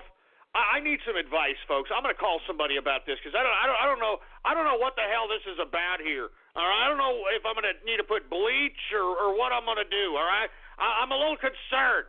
All right, I'm a little goddamn concerned, to say the least. So I'm going to go ahead. I'm going to call somebody really fast, see if I can get some kind of goddamn consultation, because I'm a little upset about this. I'm not joking around, folks. I don't want to pay for this goddamn carpet, all right? I'm not paying for this carpet, all right? I'm going to do whatever it takes not to pay for this goddamn carpet. That's all there is to it, all right? Hey, engineer, why don't you get Stanley Steamer on the phone? Can you get Stanley Steamer going on? We'll see if I can contact Stanley Steamer going on over here. Yeah, you gonna put it on? All right, I think we got it. Thank you for calling Stanley Steamer. Please enter the 5-digit zip code for the location you would like serviced. Oh, Jesus Christ. I don't freaking know. I don't know. Please enter the 5-digit zip code for the location you would like serviced. I want to talk to somebody.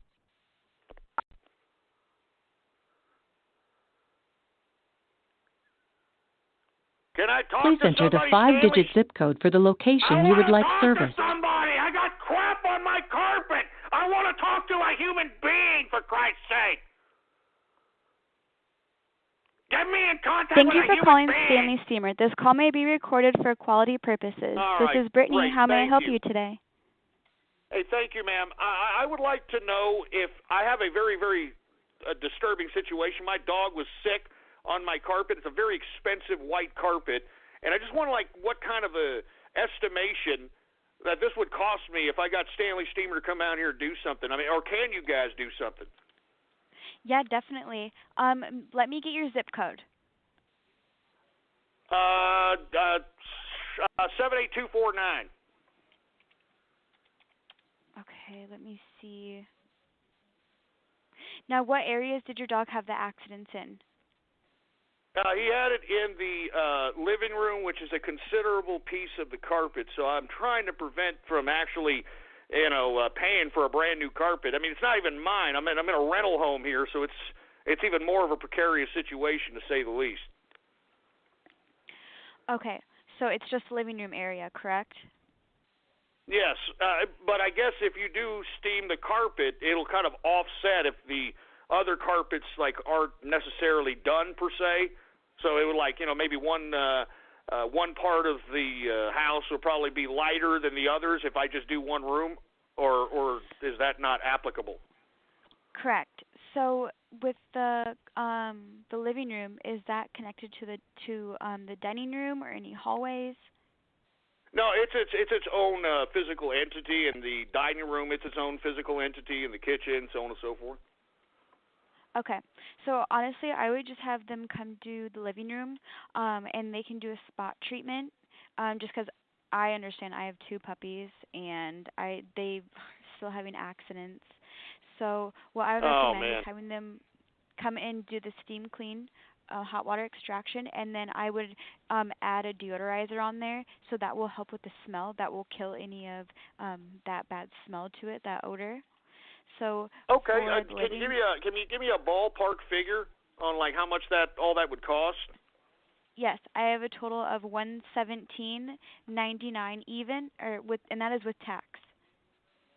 Oh, okay. Are you kidding me? Get this broad. Get out of here! Are you kidding me? I'm gonna have to pay $117. God damn it! God damn it now! Ah, damn it!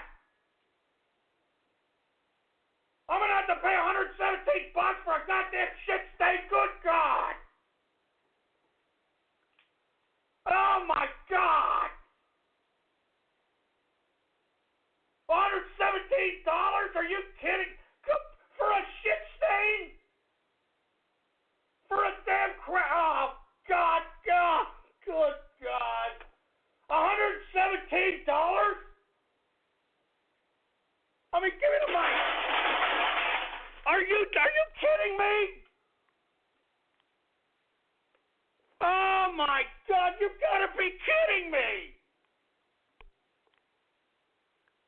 Oh man, you know what, man? I'm sorry, man. I'm sorry if I sound a little jaded and a little concerned here, but folks, I don't like just burning money. You know, I don't like just burning money, for Christ's sake, man. 117, and you know what they're going to do? I'll tell you what they're going to do. They're going to come over here and they're going to go and they're going to do the freaking living room, for Christ's sake, and it's not going to look the same as the dining room. It's not going to look the same as the hallway. It's not going to look the same as the bedrooms. I mean, it's going to look completely different, and then they're going to freaking do like they're going to be like, well, sir, you know what you have to do so that you can make all the other carpets look as white as this one. We'll go ahead and give you another $150. And let me tell you, traditionally it's like 3 rooms, so that'd be like $300. But since you already did a spot treatment check, we're going to go ahead and give you the other rooms for another $150. $300. I'm going to be freaking charged for this crap. You know what? I'm getting OxyClean or some crap. You know what I'm saying? I'm God damn it! Jesus Christ! And these idiots on Twitter are like, "What? You can't afford $117?" It's not about that, asshole. $117 because my dog took a crap. That's what pisses me off. All right? My dog took a crap, and there goes $117. My dog took a crap, and there goes $117 down the tubes, man. Jesus Christ, man. Oh, my God. Oh, Jesus. I'm not joking around, man. Just give me the mic. $117, man. Are you joking? For a freaking poop stain? I mean, I thought you was going to say something like a $50 or something. You know what I mean? I mean, I figure, hey, the guy's going to come in here, spray the stain. He might freaking do a little once over on the carpet or something. $50, maybe an hour's work tops. All right, hour's work, right? 107. Oh, Jesus Christ, man. Oh my God, Templeton, thanks a lot, man. Thanks a lot, Templeton. Look at him. He's over there just asleep now. His gut's filled. He doesn't give a crap. Good God, man. Where's Billy Mays when you need him, for Christ's sake, man? Where's Billy Mays? Where are you, man? Jesus Christ. Anyway, listen, folks, I'm sorry. I had to do that, folks. I'm a little concerned, and I don't live in 78249, by the way. It's just a random area code out here in San Ambonio. All right. As a matter of fact, that's actually, from what I understand, if I'm not mistaken, it's over there by like the far shitty northwest side, like by Ingram Park Mall, which sucks. All right. Let me tell you something right now. As a matter of fact, that's where I got approached. That's where I got approached by a freaking Mexican kid that was barefoot trying to sell me candy apples on the street corner. All right. I'm just saying.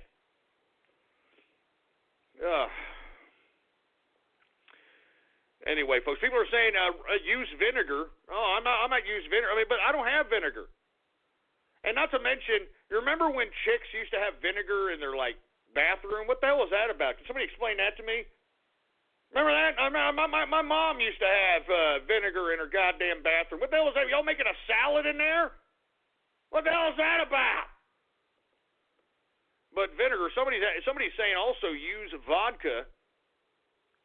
Somebody's also suggesting that I use the club soda salt thing. I think I'm going to do that, but I don't have club soda. I think club soda tastes like caca. For, you know, if I could use the vernacular of the Hispandex brethren that I'm currently residing in their city, it tastes like caca, so I don't have any kind of goddamn club soda. Anyway, somebody's telling me to use butter. Shut up, all right? It's not the butter, asshole, all right? Anyway, folks, let me continue going. My apologies for taking that call there. I needed a ballpark figure of what I'm going to spend here. $117. You got to be joking, man. I mean, listen, I can afford $117, obviously, but just think about it. You can't be like that. You can't be like, it's only $117. It's $117 crap.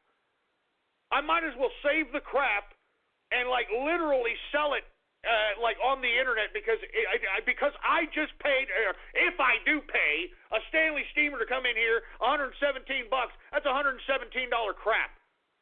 Have you ever paid for a crap that's $117? I don't think so. So for all you people that are out there on the internet, you can't do it. You can't just, like, you know, pay.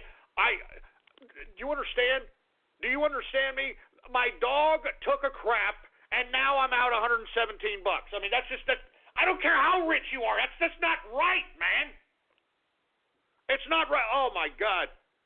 Amy Daly just told me that they used to douche with vinegar. Are you kidding me? You used to douche with vinegar?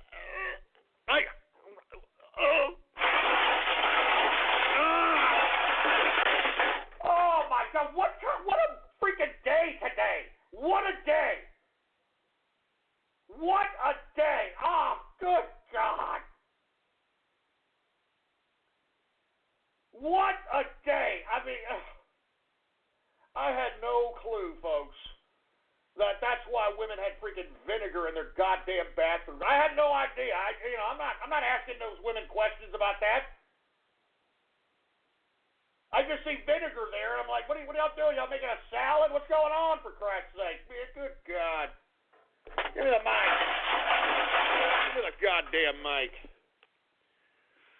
Anyway, somebody, hey, thank you very much, Jerry Garcia. He's hooking me up. He's suggesting some Woolite pet oxygen. Where the hell do you get that stuff? Do I have to go to a shitty Walmart to get that? Is that what I'm going to have to do? I'm going to have to walk into a Walmart. I really don't want to do that, folks. All right, I haven't been to a Walmart in like 10 years. I don't want to go to a Walmart. All right? I don't want to go to a freaking Walmart. Jesus Christ, folks. Anyway, let's get back to Radio Graffiti, all right? And look, there's some idiot saying that he'll buy the freaking Templeton crap for twice the amount of my autograph.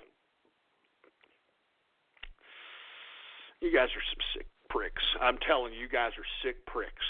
Anyway, look, we got 15 minutes left. Let's go. I mean, what a day, man. My dog takes a crap on a carpet that I don't own. All right, I got, obviously, Troll Terrorist and Cybervern just badgering me over here. And then I learned today that women used to douche with vinegar. I mean, what was oral copulation between male and females during that? I don't know. I'm sorry, folks. I just got a lot on my plate here. I got a lot on my head here. Anyway, anonymous Radio Goddamn Graffiti.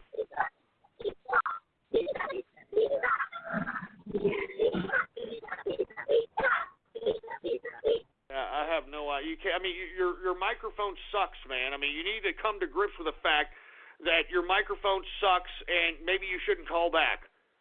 Anonymous Radio Graffiti. Hey, guys, I'm a furry, and I'll go lick the poop off the floor for free. Yeah, you sound like you've got a teeth problem just by the way you're talking, for Christ's sake. It sounds like the roof of your mouth is a little bit too big for your freaking tongue, boy. Jesus Christ, man. How about 352 Radio Graffiti? Fun yet classy and cute as can be. The man from Canterlot goes trotting in. When she passes, each one she passes goes, ah. When she trots, there's not a fountain. Like spring, she's cool and floats so mellow that when she passes, each one she passes goes. I mean, what is that? Is that supposed to be some like foul version of that song? Is that supposed to be a foul version of the girl from Ipanema? Jesus Christ, man! And let me tell you, the girl from Ipanema is getting themselves a pretty good boost in popularity because of this broadcast. For Christ's sake.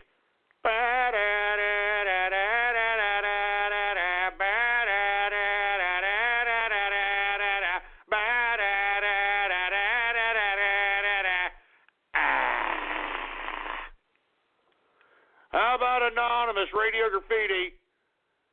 Yeah,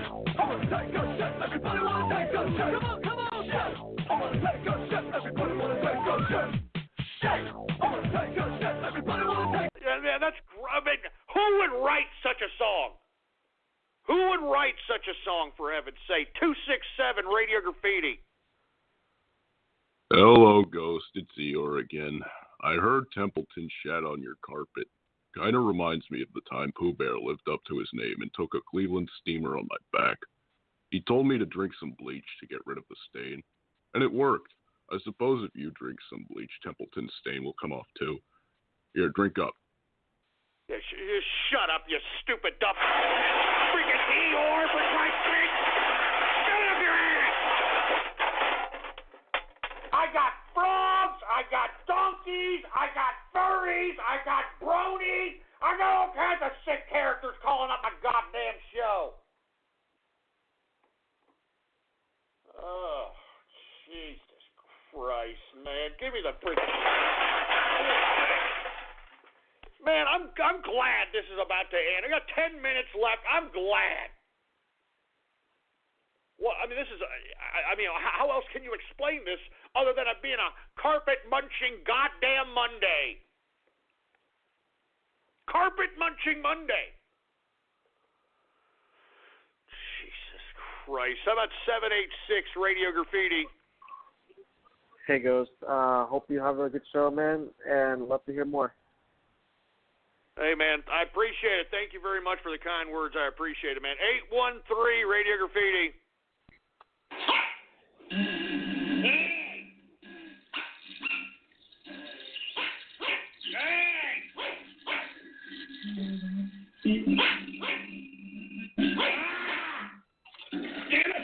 Well, man, that's... is somebody taking a crap? I mean, what kind of crap are you guys pulling here? Some things just make you feel comfortable, like shopping at Vons. From the butcher block to the bakery and everywhere in between, Vons is fresher, with more organic products, more smiles, and low prices on the brands you trust. For a delicious dinner, shop with your club card and get USDA Choice Beef Tri-Tip Roast, untrimmed boneless, for just $3.99 a pound. And for a crisp, sweet snack, pick up large Envy apples for only $1.49 a pound with your club card. Vons. Fact is, it's just better. Vons is your entertainment end zone. Look for the Game On player tags when you shop. Buy 3 and enter to win great prizes, like a 65-inch big screen LED TV. Catch the Ram spirit with the Game On sweepstakes at Vons. Use your club card and get Progresso soups, 18.5 to 19-ounce selected varieties, 99 cents each when you buy 6. And Honey Nut Cheerios, 12.25 ounces, $1.57 each when you buy 2. No purchase necessary. Open to residents of Southern California counties listed in rules 18 years and older. Ends January 3rd, 2017. Enter code by January 10, 2017. Rules at GameOnSoCal.com. Oh, good Lord, man. Oh, my God. How about... I don't even know who to call on anymore, man. This is such a freak show, circus, sideshow, funny farm edition of the broadcast. I don't even know what to do anymore. Jesus Christ. Anonymous, Radio Graffiti. Templeton Sanders, Radio Graffiti. You know what I'm going to take? You want to know what I'll take? I'll show you what I'm going to take. I'm going to take this right here, boy. Right here.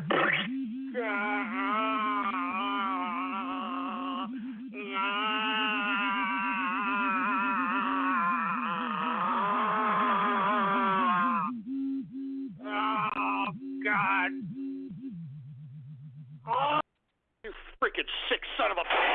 You sick son of a bitch! Ah! You guys are freaking sick! I mean, come on, it's Christmas week, man! It's freaking Christmas week, man! Come on! God! It's freaking Christmas week, man! Give me the mic! Give me the mic! Oh, my God. It's Christmas week, man! It's freaking Christmas week! Jesus Christ. 609, Radio Graffiti. Dormy Sweet, Radio Graffiti.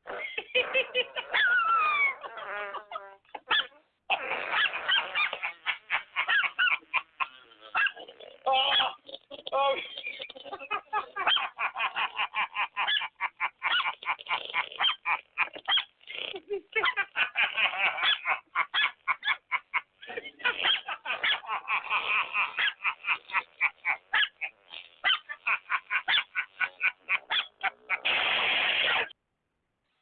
You know, you goddamn sick sons of bitch. Damn it!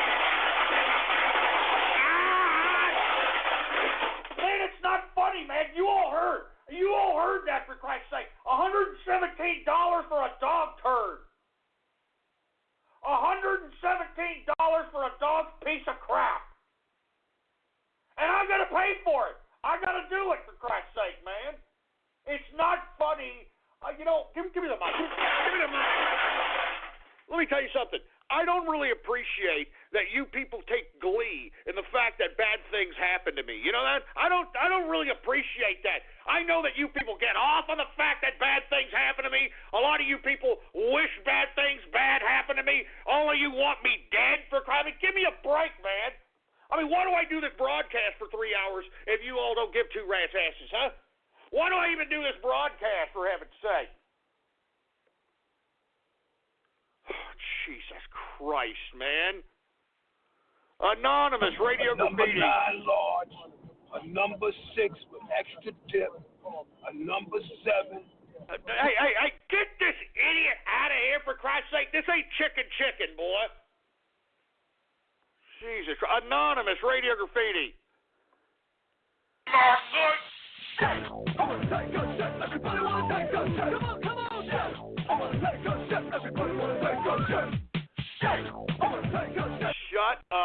Shut up. Just shut up with that crap. Good God, man. I mean, you guys are getting ridiculous here. Hey, we got Karaskin on the horn. What's going on, Karaskin, Radio Graffiti? Hey, I'm hosting a strip poker game with Top Guy, and we are looking for the third person to join. You want to join in? Wait, what? What? Wait, whoa! Oh, wait a minute. Hey, Karaskin, what are you talking about? What are you talking about? What you think about 10 steps away from my freaking butt crack with that talk? Whoa!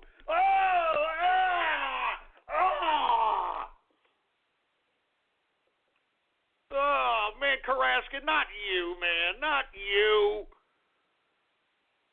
Oh, man, LGBT got to freaking Karaskin, man. Oh, my God. Karaskin, no, man. Anonymous Radio Graffiti. 1 with cheese, 2 number 9. Look, shut this guy up, man. Shut up with that crap. Look, this isn't freaking chicken, all right? This ain't KFC. This ain't Mickey D's, all right? Shove it up your ass. Anonymous Radio Graffiti. Well, we can't even understand you. Get a better microphone, jerk dick. All right? Jesus Christ. How about 210 Radio Graffiti? Cotton is down. Give me my belt. Give me my belt. Stop that. Darkies. Get it straight for Christ's sake. I'll take your ass to the woodshed.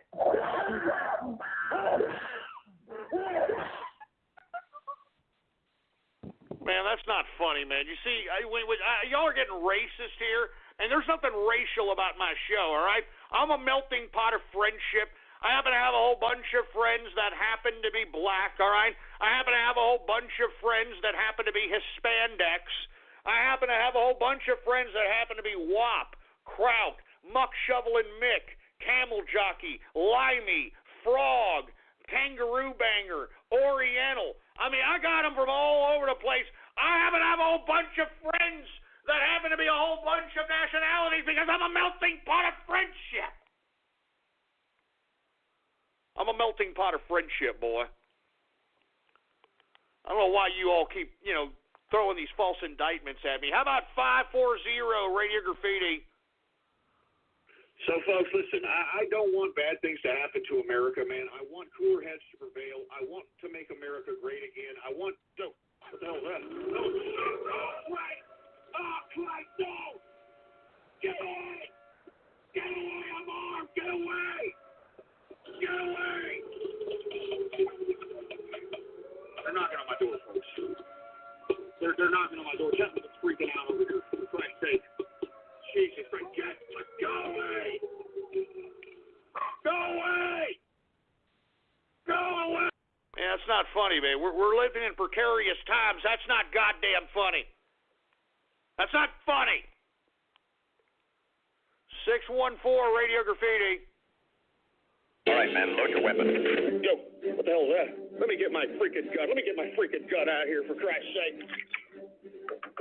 Oh, shit. Rasta! Get away, I'm armed!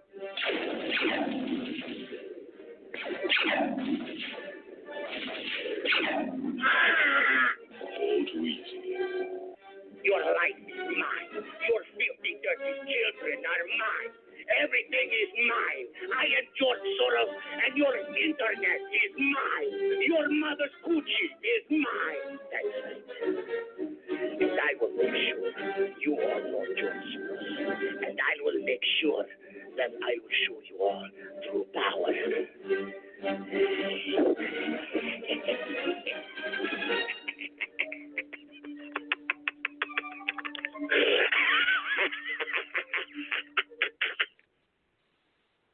Oh, man. You know what?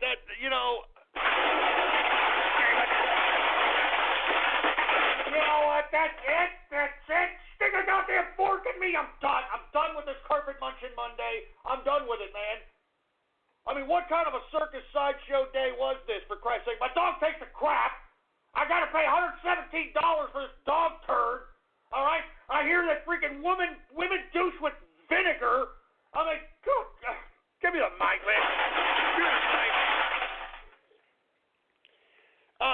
I'm done with today. I'm sorry, folks. I'm so done with today. Jesus Christ. Follow me on Twitter if you want to. I don't care, for Christ's sake. Politics Ghost is the name to follow. All one word, no underscores.